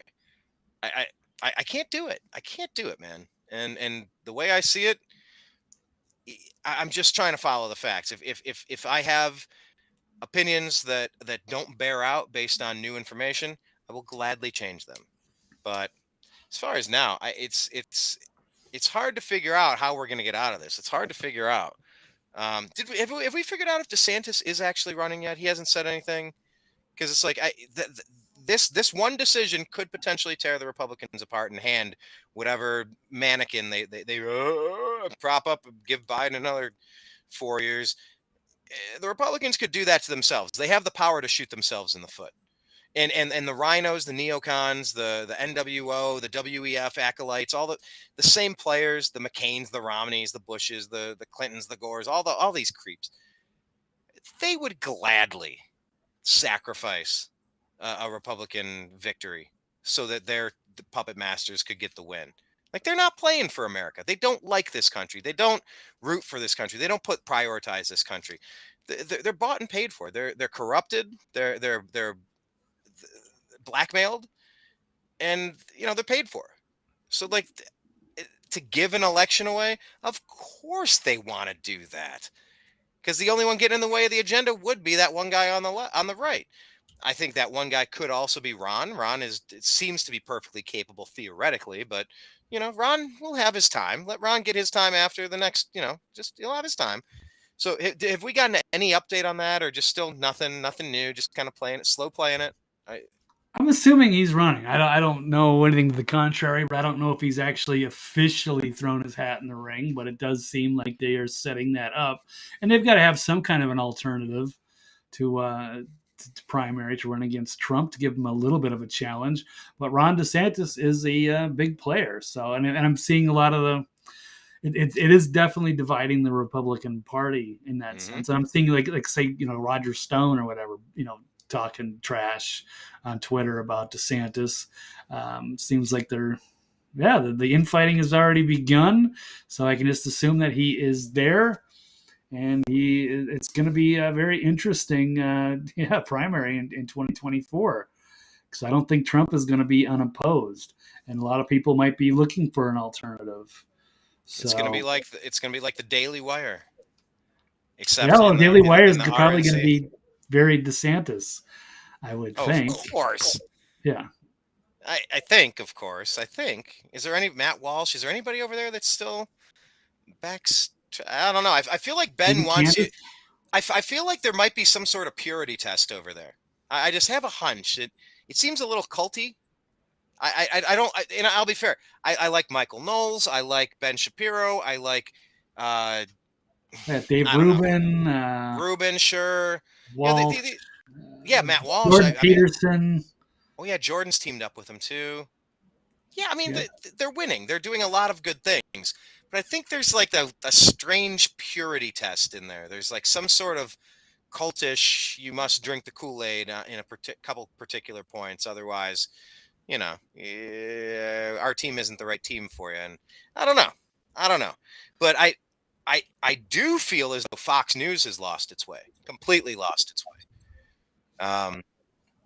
I remember a time when Fox was like an alternative, but I've just been seeing them push some more crazy stories and some more. It's like they're pushing the left's narrative for them. And I'm just wondering when did that all happen? Like, is Fox completely done as a counter to the deep state, controlled CIA manipulative? I think they've gotten better to some extent. They chased Lou Dobbs out. I didn't like that, but I do. There's there's some good programming. I think Jesse Waters does a good job. I think the Five do all right. I think the Gutfeld show is great. I think Yeah, I like Tucker that. Carlson is absolutely the best journalist in the country right now. Wow, So the I don't think they're best. that bad. Okay. For like a major cable show, yeah, I'm blown away by how good Tucker has become. He is great. He is at the top of his game. I like what they do. Now there are some more conservative hosts that I don't care too much about, but I think they're way better than they used to be. They used to be just horrible. Got better. And then yeah, Paul. There's some there's some dirty players in there. It's Paul not Ryan. perfect. It's Ugh. got problems. But compared to, I mean, it used to be so ultra conservative, where they had to like really sanitize red eye and put it on at like 3 in the morning, and they couldn't do anything. It was just O'Reilly and Hannity and the Brett Baer. It was just too much. And I think it's much better now. Do you But do you final question, because I know yeah, we're about to wrap this up here. I I'll think have to. I moving, what is it? It's January 2023. Elections are less than 2 years away now. November 2024. Um, to what degree do you expect like Operation Warp Speed to harm President Trump? He's been taking some criticism, and maybe some fair criticism, for continuing to say he's responsible for saving hundreds of millions of lives. And it gets into a dicey situation when you're talking Demar Hamlin, the elephant in the room. You're not allowed to talk about it. Now, I've loved that Twitter has changed. My God, that Twitter timeline was terrifying, because I don't, like I said, I don't spend a ton of time on Twitter. It's like the least useful social media tool in the arsenal for me. Twitter, really? I just don't like. It's clunky. I don't like the reply mechanism. I don't like how you I just don't love it. I don't love the interface. I All love right. Facebook and how you can quickly share, and how you can just toss things into groups, and you spur the conversations, and they go down their own threads. I don't know. Twitter is but it's so much better now. But it was kind of terrifying looking at now that the deep state isn't in charge of pushing their lies, for monetary gain and political power. The open conversation about these topics was blowing my mind. I was so happy. It reminded me of the early days of the internet. It reminded me of when YouTube used to be good. It reminded me before Facebook became full tyrants, who still have deleted the New American Media page and haven't told me why, haven't given me a chance to remedy any alleged issue. No. Yeah, but at one point they did require that I send them proof that I'm me. So now they have my driver's license and address on file, you fucking creeps. But I digress. It's interesting to see what an open dialogue looks like, because I haven't seen an open dialogue in 2, 3 years, 4 years, 5 years. But there is an open dialogue on Twitter, and it's terrifying, because I think President Trump does deserve a little bit of due criticism for some of these things. I mean, he kind of gave them blanket immunity. He kind of like there's there's a legitimate frustration and anger on that issue with him, and I wonder how much of that is going to stick. I don't know what your thought is, Blake, because on the one hand, if he wouldn't have rolled out Operation Warp Speed, No, okay, can you hear me? yeah, Yeah, it could have a significant negative effect on his campaign, especially if there are more people that are having adverse reactions or sudden deaths. They're going to be blaming him. It's going to be an easy fall guy, and that'll pave the way for, um, the alternative, which may be DeSantis. But he's also signed, I think agreements with the pharmaceutical companies, that they're not going to get the brunt of the blame, or they're not going to be able to. You're not going to go after them legally, or what have you. There's going to be limitations. So, yeah, and it's a look, scary thing. I once again, I'm trying to see both perspectives. And of course, if you are a pharmaceutical company and you're trying to push something out, and something's allegedly sweeping through the world, um, from bats, sure was, um, and imagine you're trying to get rid of a bioweapon attack. an intentional bioweapon attack that happened pretty much right when Hong Kong it was really protesting China big time, and it was a big news story. And then all of a sudden, the story shifted. Let's remember that as we look back at a few years in history. I believe those Hong Kong riots, there was an uprising going on against Chinese overreach, and it was right around that time that this was released, almost as though it felt intentional. Um, but And the simulation by was it with Bill Gates too? Yeah, there was all that kind of stuff. And then Fauci saying that there was going to be a mysterious pandemic or what have you. I forget how he framed that, but yeah, it all kind of came together, worked out very well with their depopulation agenda, perhaps. And yeah, they really rushed that thing out. It was but what very I was starting to get experimental. at it Yeah. was like, if let me imagine that I was an altruistic, money loving, so I'm both altruistic and capitalistic company. Okay, so we want to help. We don't want to see. Let's just imagine Okay. that the people that In a maybe utopia. it's a far jump, a far reach to actually believe this shit that I'm about to say, but let's just imagine. Let's say that there was a pharmaceutical company named X. Okay, I'm not going to say it's them or them or them because we could use their names, but I don't mean them by particularly, but altruistic. They want to help and they want to sell as many of these things as possible. Okay, I mean everybody wants to sell as much as possible. By the way, this is a good time to tell everybody that I do have the Unhappy Hour pins and I have the Unhappy Hour wooden coasters. By the way, sets of four. Let me know if you're interested in. It. So, um, let's say that they were going to put a product out, and anytime you put out a medication, there will always be people, a certain percentage. I don't know what percentage, what exact point zero or 1 point. I don't know what percentage, but a non-zero number of people will have negative reactions and perhaps lethal reactions to the product you're about to create. Well, like, where's the incentive to try if you know one false move or things evolve and the virus changes and it mutates? Why would anybody put something out there if it's going to ruin them financially, get them thrown in jail, or uh, g- get the company dissolved? They're going to end up in lawsuits with families. If they didn't have any protection, I don't think anybody would try to create anything. It's almost like in communism. It's like when you have no incentive to do well, well, then I'm not going to do anything. I'm going to do the bare minimum so I don't get thrown into a gulag. I'll do the bare minimum because if I kick ass, you're going to take it all anyway. So screw you. I'm not doing anything. So I can understand why a pharmaceutical company named X wouldn't want to rush something and try to hurry up and help and make a bunch of money if it's going to swing around and bite them. But like that's kind of where we are, Blake. Like, can you empathize with that perspective where a pharmaceutical company why they wouldn't want why they would need some of these protections to put something out?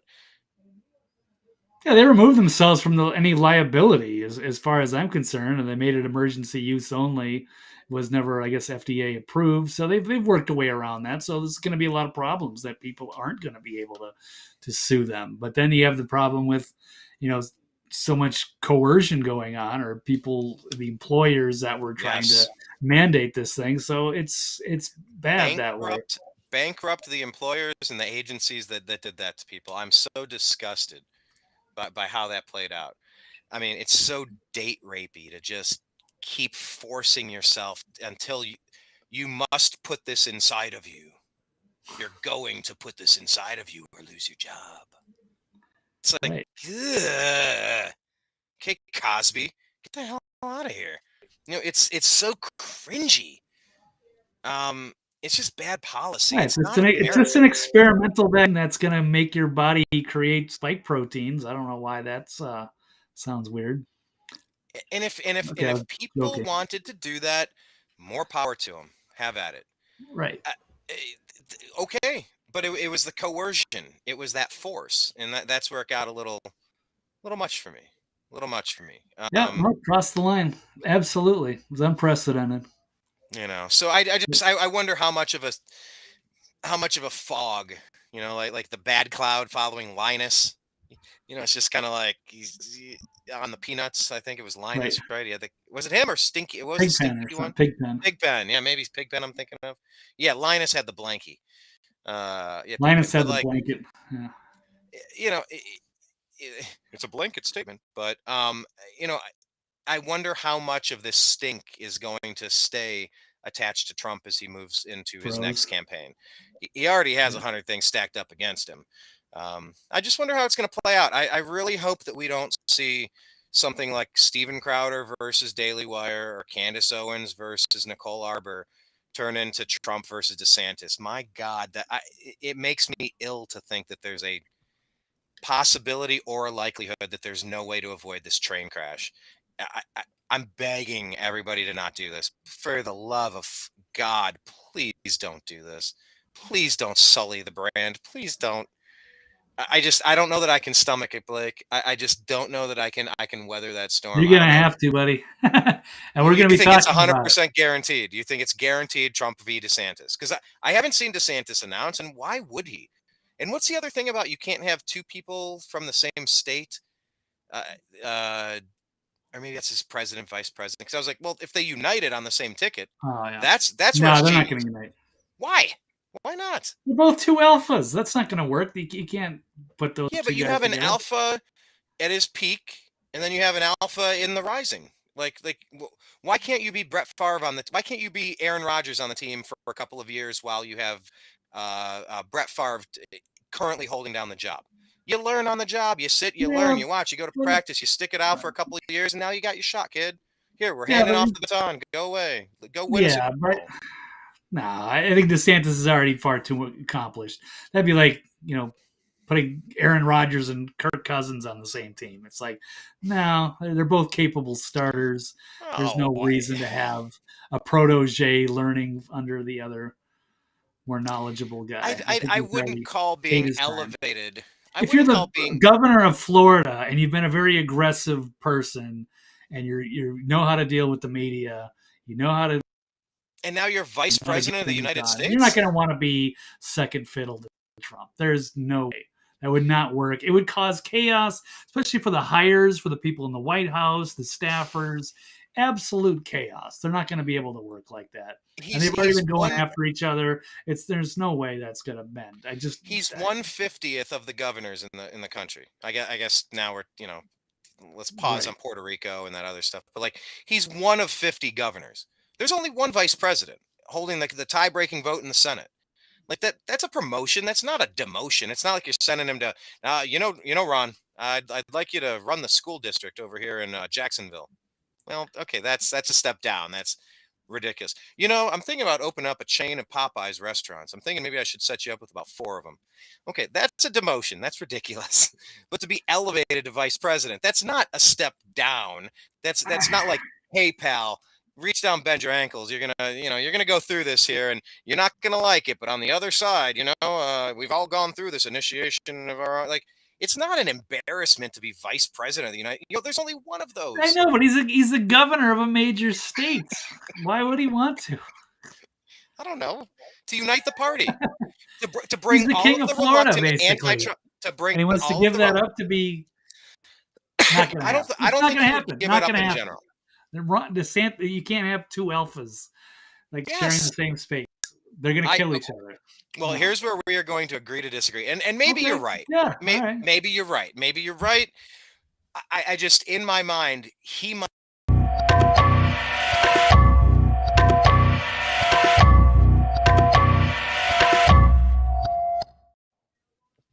All right. Agree to disagree. That hits hard. Bum bum bum bum. That was unexpected too. I was like, what? It's always jarring when you just launch that in there because I'm not expecting. I'm like, oh, that's what we're Oh, doing. it's probably blasting through your earphones. Yeah. No, it's actually pretty. That's pretty cool. Yeah. I'm watching it on the other screen here. Yeah, yeah. It's look. He might be the only person that could bring the Never Trumpers back to fight the Democrats. The Democrats rally behind whatever weekend at Bernie's dipshit overthrowing Ukraine, World War II starting criminal mob boss pervert. They will rally behind any creep. They always rally. And the Republicans just want to do this. They just want to just that. They waste their time on each other when there's literal evil forces trying to destroy the greatness of the country, trying to bring us down a few pegs, make us all suffer. They want us as a third world nation. They don't want history. They don't want any tradition. They don't want any identity. They want this big gelatinous New World Order blob that they can disarm and dominate. DeSantis might be the only person that could bring it together and just say, look, Mr. Trump and I, President Trump, we disagree on methods. We disagree on messaging. We disagree on all sorts of things all the time. I appreciate what he was able to accomplish during his first 4 years. I think there's a lot of good to take away. There's several things I would have done differently. But for the good of the party, I think we should put our heads together and come up with solutions to these ideas for the next 4 years, at which point I would like to take the baton and continue doing great things like I did in Florida for the country. Done. Now just laser focus and destroy the Democrats.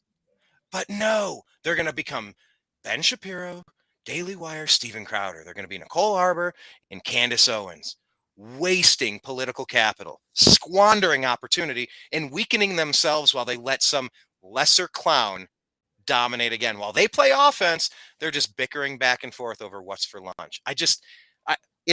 You might be right, but it's my hope.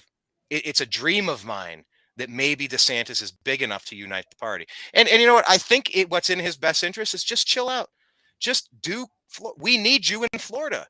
Could you imagine Florida with Gavin Newsom running it? I mean, could you even imagine, dude, if Florida was being run by a nitwit? It'd be just like Michigan or California. There you go. New York. Yeah, pick your place. Pick your hellhole. Right. You and I both escaped Los Angeles. Los Angeles. I still have that behind me. I'll change that at some point. But yeah, I don't know, Blake. It's just my hope. We can agree to disagree on the point. And yeah, you're probably right. Maybe that's unlikely, but it's my hope. Fingers crossed. I just want things to be awesome. So, Big Dave Z Peanut 9 going back to work. Almost done with my UPS route. Catch the rest later. Thanks, guys. Love you, brother. Yeah, we're gonna wrap it up too, man. Thanks for jumping in. Oh, what do you say? Unless the VP can't spell potato like Dan Quayle. Oh my God, we're back to this once again. The potato thing and Watergate, huge nothing burger stories because the Democrats rally to defeat their opponents. We bicker and we play defense. It can't happen anymore. Offense, hardcore offense. Got to unite somewhere. Agree to disagree with idiots and just move along. Stay focused. We led on the Daily Wire, Steven Crowder, and we're not talking about the documents and the fact that Biden might be getting jettisoned by his corrupt party and we're round 2 up. We led with the glitzy TMZ story. We need to focus. The country needs to focus. We're running out of time, man. Did you see the doomsday clock? That got set back today. It's the closest to midnight it's ever been. No. In part, but not completely, because of the Ukraine-Russia war. Okay, of course. So the doomsday clock was just set back. They unveiled it today. You'll see it. It's floating around. Pushing goalposts back, right? Yeah, good stuff. Yeah. So, all right, Blake, tell people where they can find. Oh, but before that, any final words to wrap up the show? Any final thoughts on? We talked about a lot of things. Yeah, I guess the only thing I think we didn't really touch up on was probably Diamond and Silk or the there's another there's a fashion model that died at 27, and we also didn't touch on the Scott Adams. Do you feel like a winner if you've we have to do Scott Adams because we put it in the title and that's a good one. How about lightning round? Okay. What model? Tell me that story. What model went down? And by the way, it's not like models don't starve themselves and use cocaine and have plenty of reason to drop dead anyway. But what is the story? Who is the model? All right, let's take a quick look here. American fashion model Jeremy Ruhlman, dead at 27. There he is. Yeah, they do have issues, but he also was taking the vax. He took the jab. So there he is, died suddenly, 27 years old. Yeah, it could be drugs, it could be something else. But there seems to be a pattern here, and it was jabbed.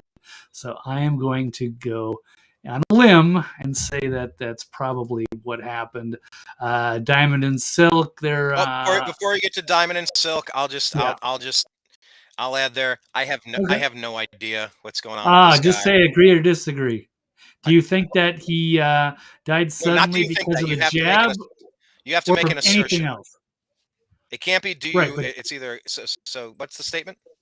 yeah, do you think he had an issue with the jab, or was it anything else? Well, It I could need be something I can agree or drugs, disagree car with. accident, could be whatever No, you want. But I do would. you I would. think he died as a result of taking the jab that you saw in the picture? Do you think that was the Okay. cause, the primary I will. reason? Okay, I will say no because Okay. I have no effing Right. idea what's going Yeah. on in his medical background. But okay, they demanded to know your vaccination status for 3 years. Well, everybody that dies now under the age of 40, we demand to know their vaccination status. Okay, it's a fair game. That's all. We're Well, allowed to ask the question, and we're allowed to pile up a list and go, okay, well, let's discuss, let's debate. Now, Diamond and Silk, that was another one too. yeah, because she's been under fire, of course, because she did mention that she alluded to the possibility that it was the jab without directly saying it, but also in front of Trump at Yeah. the funeral. So that was here we go. And she's saying to the media, instead of emailing me about my sister's death, why don't you use your investigative journalism skills to investigate why Americans are falling dead suddenly? Here's some tips. Start with Fauci, gain of function, spike protein, and the Wuhan lab, as we mentioned earlier. Yeah, So, that was a tough one. How young was she? 51 or 50, I mean, a little yeah, older, but something like that. that's still young. I mean, that's Yeah, that's a tough one. That duo, that tandem, that was a that was a yeah, force of to be reckoned course. with. That was a nice compliment to all of the other happy warriors out there, just kind of discussing libertarian, conservative, Republican values. I don't know what you call it, but like something that's not crazy woke. I'll take anybody who's not crazy woke. I we could agree on 7 out of 10 things, 5 out of 10. Like, I'll agree with anybody if they got the right opinion on the Second Amendment or the First Amendment or the 10th Amendment, or go down the list here. Yeah, that was a bad loss. Um, yeah, that sucks. Were they were actual sisters? Yeah, I Okay, guess I so. didn't. Yeah, I knew they were tight. I just didn't know. I thought they were good friends. yeah, me Okay, too. so But all right, maybe so she's just saying sister, like, or uh, like I'd be like, hey, brother, what's up? yeah, I don't know if Yeah, I don't know what they are, but biological, not sure either. yeah, too bad. Prayers go out to their family, and yeah, I mean we got to demand answers here. If people volunteer for something and they know what Trump pushed that legislation as well. It's like the right to try. I think that was called right to try, and it was if you have a chronic illness or you have something that could be lethal or fatal, you should have the right to try experimental drugs that have not passed the multi-year stringent process. Essentially, Trump did what he did with warp speed. It's like, all right, well, if you want to try it, try it. And to be fair, Trump didn't demand everybody take this thing that he fast tracked. He just made it available. Like, I think he firmly believed, like, all right, if it's out there, give it a try. Like, if you want to. And so that legislation passed to give terminally ill people a chance to throw a Hail Mary. You got one last chance. Like, what else? Nothing else is working. Give it a try. Um. So yeah, I don't know. Yeah, no, it's a horrible issue. It's a big medical problem that we're going to be facing, and it's only beginning. And I'm not counting on the press to because they know how they get their paychecks, and it's going to be by not investing. These pharmaceutical companies are asking the tough questions, and it's going to be a lot of people getting sued. Especially, you can't be like pushing the jab for years, and all of a sudden you're going to change, and they're going to get drummed out of the there's corporations or their journalism. They'll be under fire. As they say, if one of these leftists ever said, you know what, I'm going to do the right thing and break rank and start saying things the way I see them, they're just going to be dismissed, thrown away, and easily replaced with somebody who's going to be compliant and do what they're told. So we have pretty much a big crisis, credibility crisis with the media, pharmaceuticals, government, everything. So lost of confidence. But Well, problem. talk about confidence and losing confidence in decision making. That was the other one. Agree or disagree? Scott Adams has the correct revised take on COVID. What say you, Blake? What was his newest take? Do you have the quote in front of him? Do you have it like the line where he says exactly what he says, or do you have the gist of it. I know he gets pissed off when people misquote him or misrepresent him, but I watched the video too, and I'm trying to remember exactly how he phrased it, because he was kind of tongue in cheek at a few different points, kind of saying, "Well, since you guys knew everything in hindsight, you knew this and you knew that." Like he was really mocking, like, well, just because you had a suspicion against government in general, which led you to make that decision, doesn't mean you knew everything in real time. Like he was still clapping back and being a snarky smartass. But I've listened to Scott Adams a lot, I know, yeah. maybe the most out of anybody I listen to. I feel like I get a pretty well-rounded idea of what's going on in the world. And he's got some interesting takes that I don't agree with all of them, but I've listened to him kind of evolve on COVID and why he decided to go the route that he did and take the medication, and now he seems to have some regret. Yeah, I was wondering if you had that. There you go. Dilbert creator, yeah. Scott Adams. Yep. Admits the anti-vaxxers clearly won. You're the winners. So, Brian, what do you think? Do you feel? Nothing about this is good. Like my younger, healthier brother died. He didn't take the thing. I don't know if it could have helped him. I know that he was denied monoclonal antibodies when Biden was getting pissed off that DeSantis was having too much of a success rate down in Florida with monoclonal antibodies. So he withdrew the funding. And so they became rare. They became hard to find. The medical industry was confused as to who had it, where they could find it, to the point where they told my brother that it wasn't possible for him to get it. It was pretty damn sick. My understanding is that those monoclonal antibodies were highly effective against the Delta variant that we believe my brother had. And it was in part because of medical malpractice and or the persuasion from the Biden White House to restrict that, because it was not nutraceutical. What's the word I'm looking for? Hydroxychloroquine. Ivermectin. What's the word I'm looking for? I'm not 100%. Yeah. Not nutraceutical. Anybody in the comments? Help me. Oh, God bless. Anyway, a medical treatment that would help you that's not a pharmaceutical. Like it's something that would help you other than just taking the thing. So, there's no winners. We're always going to wonder, had he taken that, would he still be with us? I don't know. I don't know. Had he got proper care and got monoclonal antibodies, would he be fine? Maybe. I don't know. He was prescribed ivermectin, but he's prescribed like 12 milligrams instead of 60. They gave him a couple pinches of coffee grounds in the coffee pot and said, here, brew a pot of coffee. Well, he was given the right thing in the smallest possible amount.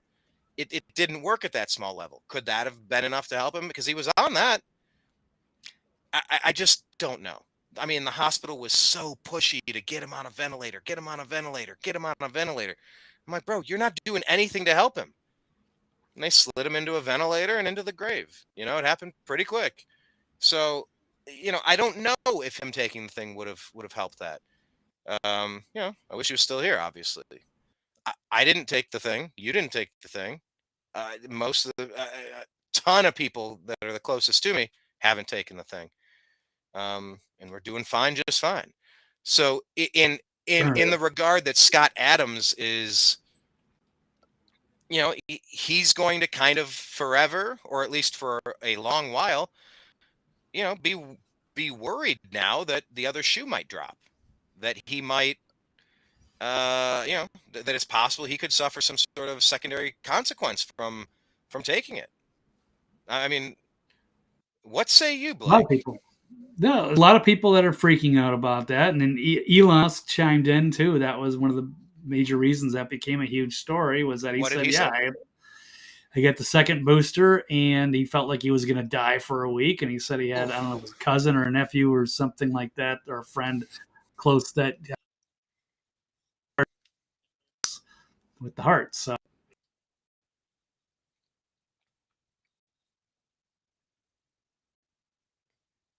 let's pause in here for a minute. Cut out. Yeah, your signal is very low. You got one bar here. You said Elon had someone close to him get something. Yeah, myocarditis. Mm-hmm. a big problem. So yeah, these that they might be on borrowed time. Getting pretty scary out there. Yeah. There's nothing you can do about that. And if you got blood clots, you might not be able to feel. You might not notice, and there might not be anything they can do to at this point either. Hopefully, people can try to detox if they can. Otherwise, it's the reverse lottery, and you never know when your number's up. And Scott Adams, it's scary because I'm like, I don't feel like a winner. It's just this is going to be, we're all losers here. Thankfully, we didn't all get forced to take one or get shoved into a COVID camp or something like that, like they would have wanted to do. They wanted to, and that's where I'm going to defend Trump forever. And I think Trump is worthy of defense. Imperfect human, of course, but I think we would have been under perpetual lockdown forever without something to offer as penance to the woke gods of, here's the thing. All right, well, touche. Check and mate. Yeah. Now we can go back to it, and then you could see the difference in the states. You could see, well, Florida's not dropping over. Why are we doing what we're doing? Why are we closing our companies? Why are we firing our people? Why are we shutting everything down? The obesity, the alcoholism, the domestic violence, the suicides, the depression, like what they did was so vile. What else could Trump have done to play a trump card on that situation? Offer an opportunity, but to the people that lied about it and tried to, I wouldn't feel the same if they were just lying about the efficacy, if they weren't trying to at the same time, simultaneously, compel us to participate in it.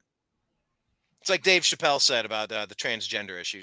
To paraphrase, he said something, okay, well, let people be who they're going to be, but to what degree are you saying I must participate in your reality? Like, it's not up to me to play you do you. You can't compel me to say anything or believe anything that you do. That's not how this works. To what degree must I do what you're telling me to do? That's why Jordan Peterson drew such a line in the sand. He's like, I will not listen to you telling me what I may and may not say. I'm not doing it. I will not have you put words in my mouth. I'm not. And it's just kind of on general principle. So I don't know, man. It's complicated. Did Scott Adams give any other like what that Gateway Pundit article? I know you popped it off there. I don't know if you still have access to it. Does it offer any other clarifying quotations in there? Is there anything else like when he elaborates on it? Because that's a nice catchy headline, but I know there's many points that he made. I'm trying to remember if there's any off the top of, for context. No, it would be the way he wrote it. Completely. I don't know if you're gonna be able to hear that. Let's not go there. I just wanted to kind of sum it up, the kind of the lightning round aspect of it. But yeah, he went on a rant. I'm sure maybe you've seen it on Twitter because you do follow him. But that was kind of the gist of it. It's like, hey, you guys, congrats! You're the winners. You held out. You stood strong, and there's a lot of problems from that. I don't think there's anything to say. I don't see people defending it. I don't see people trying to push the jabs so much anymore. I don't see the leftists saying much, at least not anyone that's credible. So, yeah, it's problematic. How many credible leftists can you count on your fingers? Not very many. So it's the people that are bought and paid for on Twitter, that they're influencers or they work for some outlet. To them usually don't look like real people. They look like sock puppets or something. So I don't see a lot. In artificial intelligence look created. Like, this looks like a intelligent person. Well, yeah. Yeah, like a computer generated. There's a lot of Steven Crowder fans that aren't helping themselves either, that don't come off as the best, brightest. So it's all sides, It is all sides. All right, well, cool. I'd say this is another successful attempt. This is a good run through. Right. Okay, cool. And then we'll figure it out as we go. Thanks for everybody for being here. It's another test show. This is getting better. And at some point soon, hopefully by February, we'll get things figured out at a very specific schedule. Or maybe Tuesday, Thursday, still trying to work out the time or whether we're going to do an hour or 2 hour show. I guess we'll just kind of play it and see what happens with it. But yeah, thanks for everyone for your support. Blake, tell people where they Oh, should find you, where more. they should follow you. Well, probably Twitter's the best. TV's Blake Wally, and I'll generally be chiming there. You can check the website, but I haven't really been doing a whole lot on there the last couple of months. And of course, I can't trust YouTube or anything specifically too much. So I would just say Twitter, you're always going to find me unless they suspend me. TV's Blake Wally. What was the spot. website? Give us the website that you haven't updated. But The you and Next Level News. There you go. The Next Level News. Yeah, but so that'll be something you and I were both we'll put on our to-do list. We'll have to update our sites. I have not been super active on the newamericanmedia.com. Oh, yours has been like years. Yeah. You'll get there. Right. Yeah. I mean, it's all right. Hey, we got to get into a groove. It's hard to just do it part-time once in a while. You got to kind of be grinding every day to kind of get into that routine again, which will come. So no worries. But we're getting the ball rolling 2023, and we expect to be, a fine-tuned machine by the end of the year and going into the epic 2024 election year. How about fine-tuned by the end of this sentence?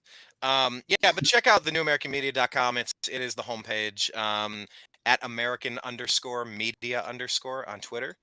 My personal Twitter is at Twist of Nothing. I don't know. I post more interesting and funny things that are not political stuff per se, more humor and music and stuff, but probably some sports too. But follow us there on Facebook. Facebook deleted our company page without cause, without opportunity to challenge, appeal the decision. Just deleted our page after we tweeted a Simpsons Kamala Harris meme about the Democratic Party through Instagram over to the Facebook page, and it was deleted 2 years ago. 2 years ago, a year or two ago, whatever. But yeah, we have a lot of groups on Facebook. TNAM's The Agree to Disagree Show. That is kind of where a lot of the good things happen. Our Telegram group, TNAM Chat, TNAMCHAT. That's a good one. That's where we put the things that are too spicy for the deep state, fake social media, information vacuuming services that they provide us. But probably a good homepage for us as well. Probably one of the more active ones. At least to see our full body of work, you can go to youtube.com/thenewamericanmedia. I don't know, like 1,300 videos or 1,700 videos, and I don't know, whatever. We got 10 years of content up there, so check it out. Instagram. Yeah, I think we're on Instagram. Yeah, we post like comics. We post funny things, thought-provoking content over there. The New American Media. Instagram's a good one. But we try to put different content on different pages, different platforms. So it's not really just a rehash of the same old thing, just kind of a reason to follow in different places. So, we're doing the New American Media because the old American media failed us. Blake would not have gotten into journalism if he was receiving accurate information. Hell no. He was just receiving all sorts of propaganda and lies, dangerous lies. And if they were harmless lies, what do I care? What do I care what you say to your wife in the background if you're running around on her in the background? I don't think it's a good idea, but that doesn't impact my life. When you're going to war with a nuclear power, we didn't vote for this shit. Like this is very tangible, relevant, important information. We have to participate in this conversation. What do I care if Steven Crowder signs a contract? What do I care what the Daily Wire offered? I don't. I care about a nuclear conflict. I care about the World Economic Forum and a bunch of globalist creeps trying to dominate in every single way. That's the other one that's coming soon is the cyber attack. So like there was the there was the proposed pandemic. Like what if? Let's just say what if there was a thing that was released. Well, let's talk about that for a little bit. So let's just say there's a cyber attack. So what do you think's coming? So I'm very keyed up on trying to hope and explain what's going on so people can prepare, so people can get in a little bit better position. I can sense the train coming around the track. And, if you care about your country, you really have to pay attention to the news. The news does always matter.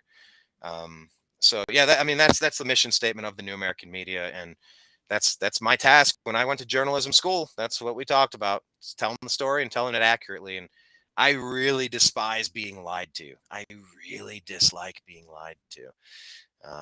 So that's why we chase the truth down the rabbit holes, and it gets weird down there. Weird. And I don't claim to know everything, and I don't claim that every accusation is a fact. But my general sense of sniffing out bullshit has been pretty good over the past decade, pretty much my whole life. Not perfect, but you know, I when something doesn't add up, it kind of doesn't add up for a reason. So yeah, follow the new American media because we're trying to do the job that the old American media simply refuses to do. So thank you very much for participating in this, our second show. What would you call this? Our second rebooted Agree to Disagree show. Now, how do we take this and turn it into a podcast, Blake? How do you grab the audio and put it up on Spotify or something as a podcast, or an Apple iTunes account as a podcast? How do we grab You the gotta audio? get. I would highly recommend getting the Clip Grab program, and then you can just download the audio. Well, you can download it as video or audio. You just say MP3 or MP4, and then it takes the audio. I usually just do mine on iTunes, but I can do it here too. I've got to get it set up. Yeah, Or not on iTunes. I think that's going to be one of our next big things. We need to launch it as a podcast simultaneously to. Well, I can easily take this show and make a podcast out of it, but we'll. Yeah. I want to do that. So we have a laundry list of things that we want to do to build things out. I was trying to say episode number 2 of the relaunched Agree to Disagree show. Is it Not 3 quite. or I would call it 1. I guess I don't know. 3, 1, 2. I don't know. But yeah, I guess that's a platform that people enjoy. I don't like podcasts. I never listen to them. I listen to them on my phone, and then the phone goes blank. It goes black, and it stops every time I listen to a podcast. That's not a podcast. That's a video stream. You podcast. No. Well, it's a anything in podcast. Anytime I listen to a video stream, I call listen it from a the beginning to the podcast. end. Right. Anytime I'm on YouTube, I press play, I listen to it, it's done. When I'm ever in a podcast form, it plays and then it goes, the screen chops off. And it stops after 3 minutes, 3.5 minutes. It's like, And I wouldn't call that a podcast. Even though they might say it's a Joe Rogan podcast, it's on video. It's like a video podcast. No video, just audio. That's me. Like I said, I experience problems that other people don't. I don't know why. Could I cut out again? Yeah, you cut out again, but you're back. Because as soon as the video stops, or but these aren't video. Or you gotta leave the screen on. They're not video. No, it's supposed to be like a radio show. It's like a good yes. That should be the way it's like we're gonna listen to the Rush Limbaugh show, but you weren't gonna be on the radio at 2 to 5 p.m. or whatever. You were gonna listen to it on your own time, and you listen to the recording. So it's basically an audio broadcast. I would call that a podcast. Now, technically, some people could say, "Oh, this is a podcast," if they're watching the replay or whatever. I consider this a live broadcast versus the podcast, which is the recording and it's audio only. Regardless, it doesn't work on my phone. These are just audio versions. No, you don't. You have iTunes. No, you don't have iTunes because you got Google Podcasts or something like that. You should have a Google base because you use an Android, and you can download it on one of those programs. All right, so we're going to work on this. Right. We're going to put our heads together. We're going to try to level up. Or Spotify. You don't use Spotify though. No, it's the same thing. Spotify. I don't watch the videos. There's not music videos. I'm listening to music on my Spotify, or if I'm listening to a podcast, I can listen to it. If I pull up this show on Spotify, it's not going to show the video. It's only going to have the audio. And then it doesn't matter whether the phone's on or off. The screen doesn't have to be on. I don't want the screen to be on because it'll just burn through my battery trying to listen to a show, like in the car or something like that. No, I go to iTunes or whatever, one of those programs, and just listen to it from there. So plus one of these days, really easy to download. One of these days, we'll say this is our first podcast. Well, this could be it. Yeah. All right. I want to make this show our first podcast. How's that? This is our first podcast. This is the first Agree to Disagree podcast. Yeah. January 24th, 2023. Okay. Okay, fine. All right. Well, let's make it. I think you had me set up an account. You were over here months ago, a year ago. It's been a while. Decade ago. however long Seems ago it like was. I don't even know. But yeah, we set up some account, and maybe we'll just launch that again. But yeah, we'll talk afterward and see if we can put this together. Yeah, what do I have to do to?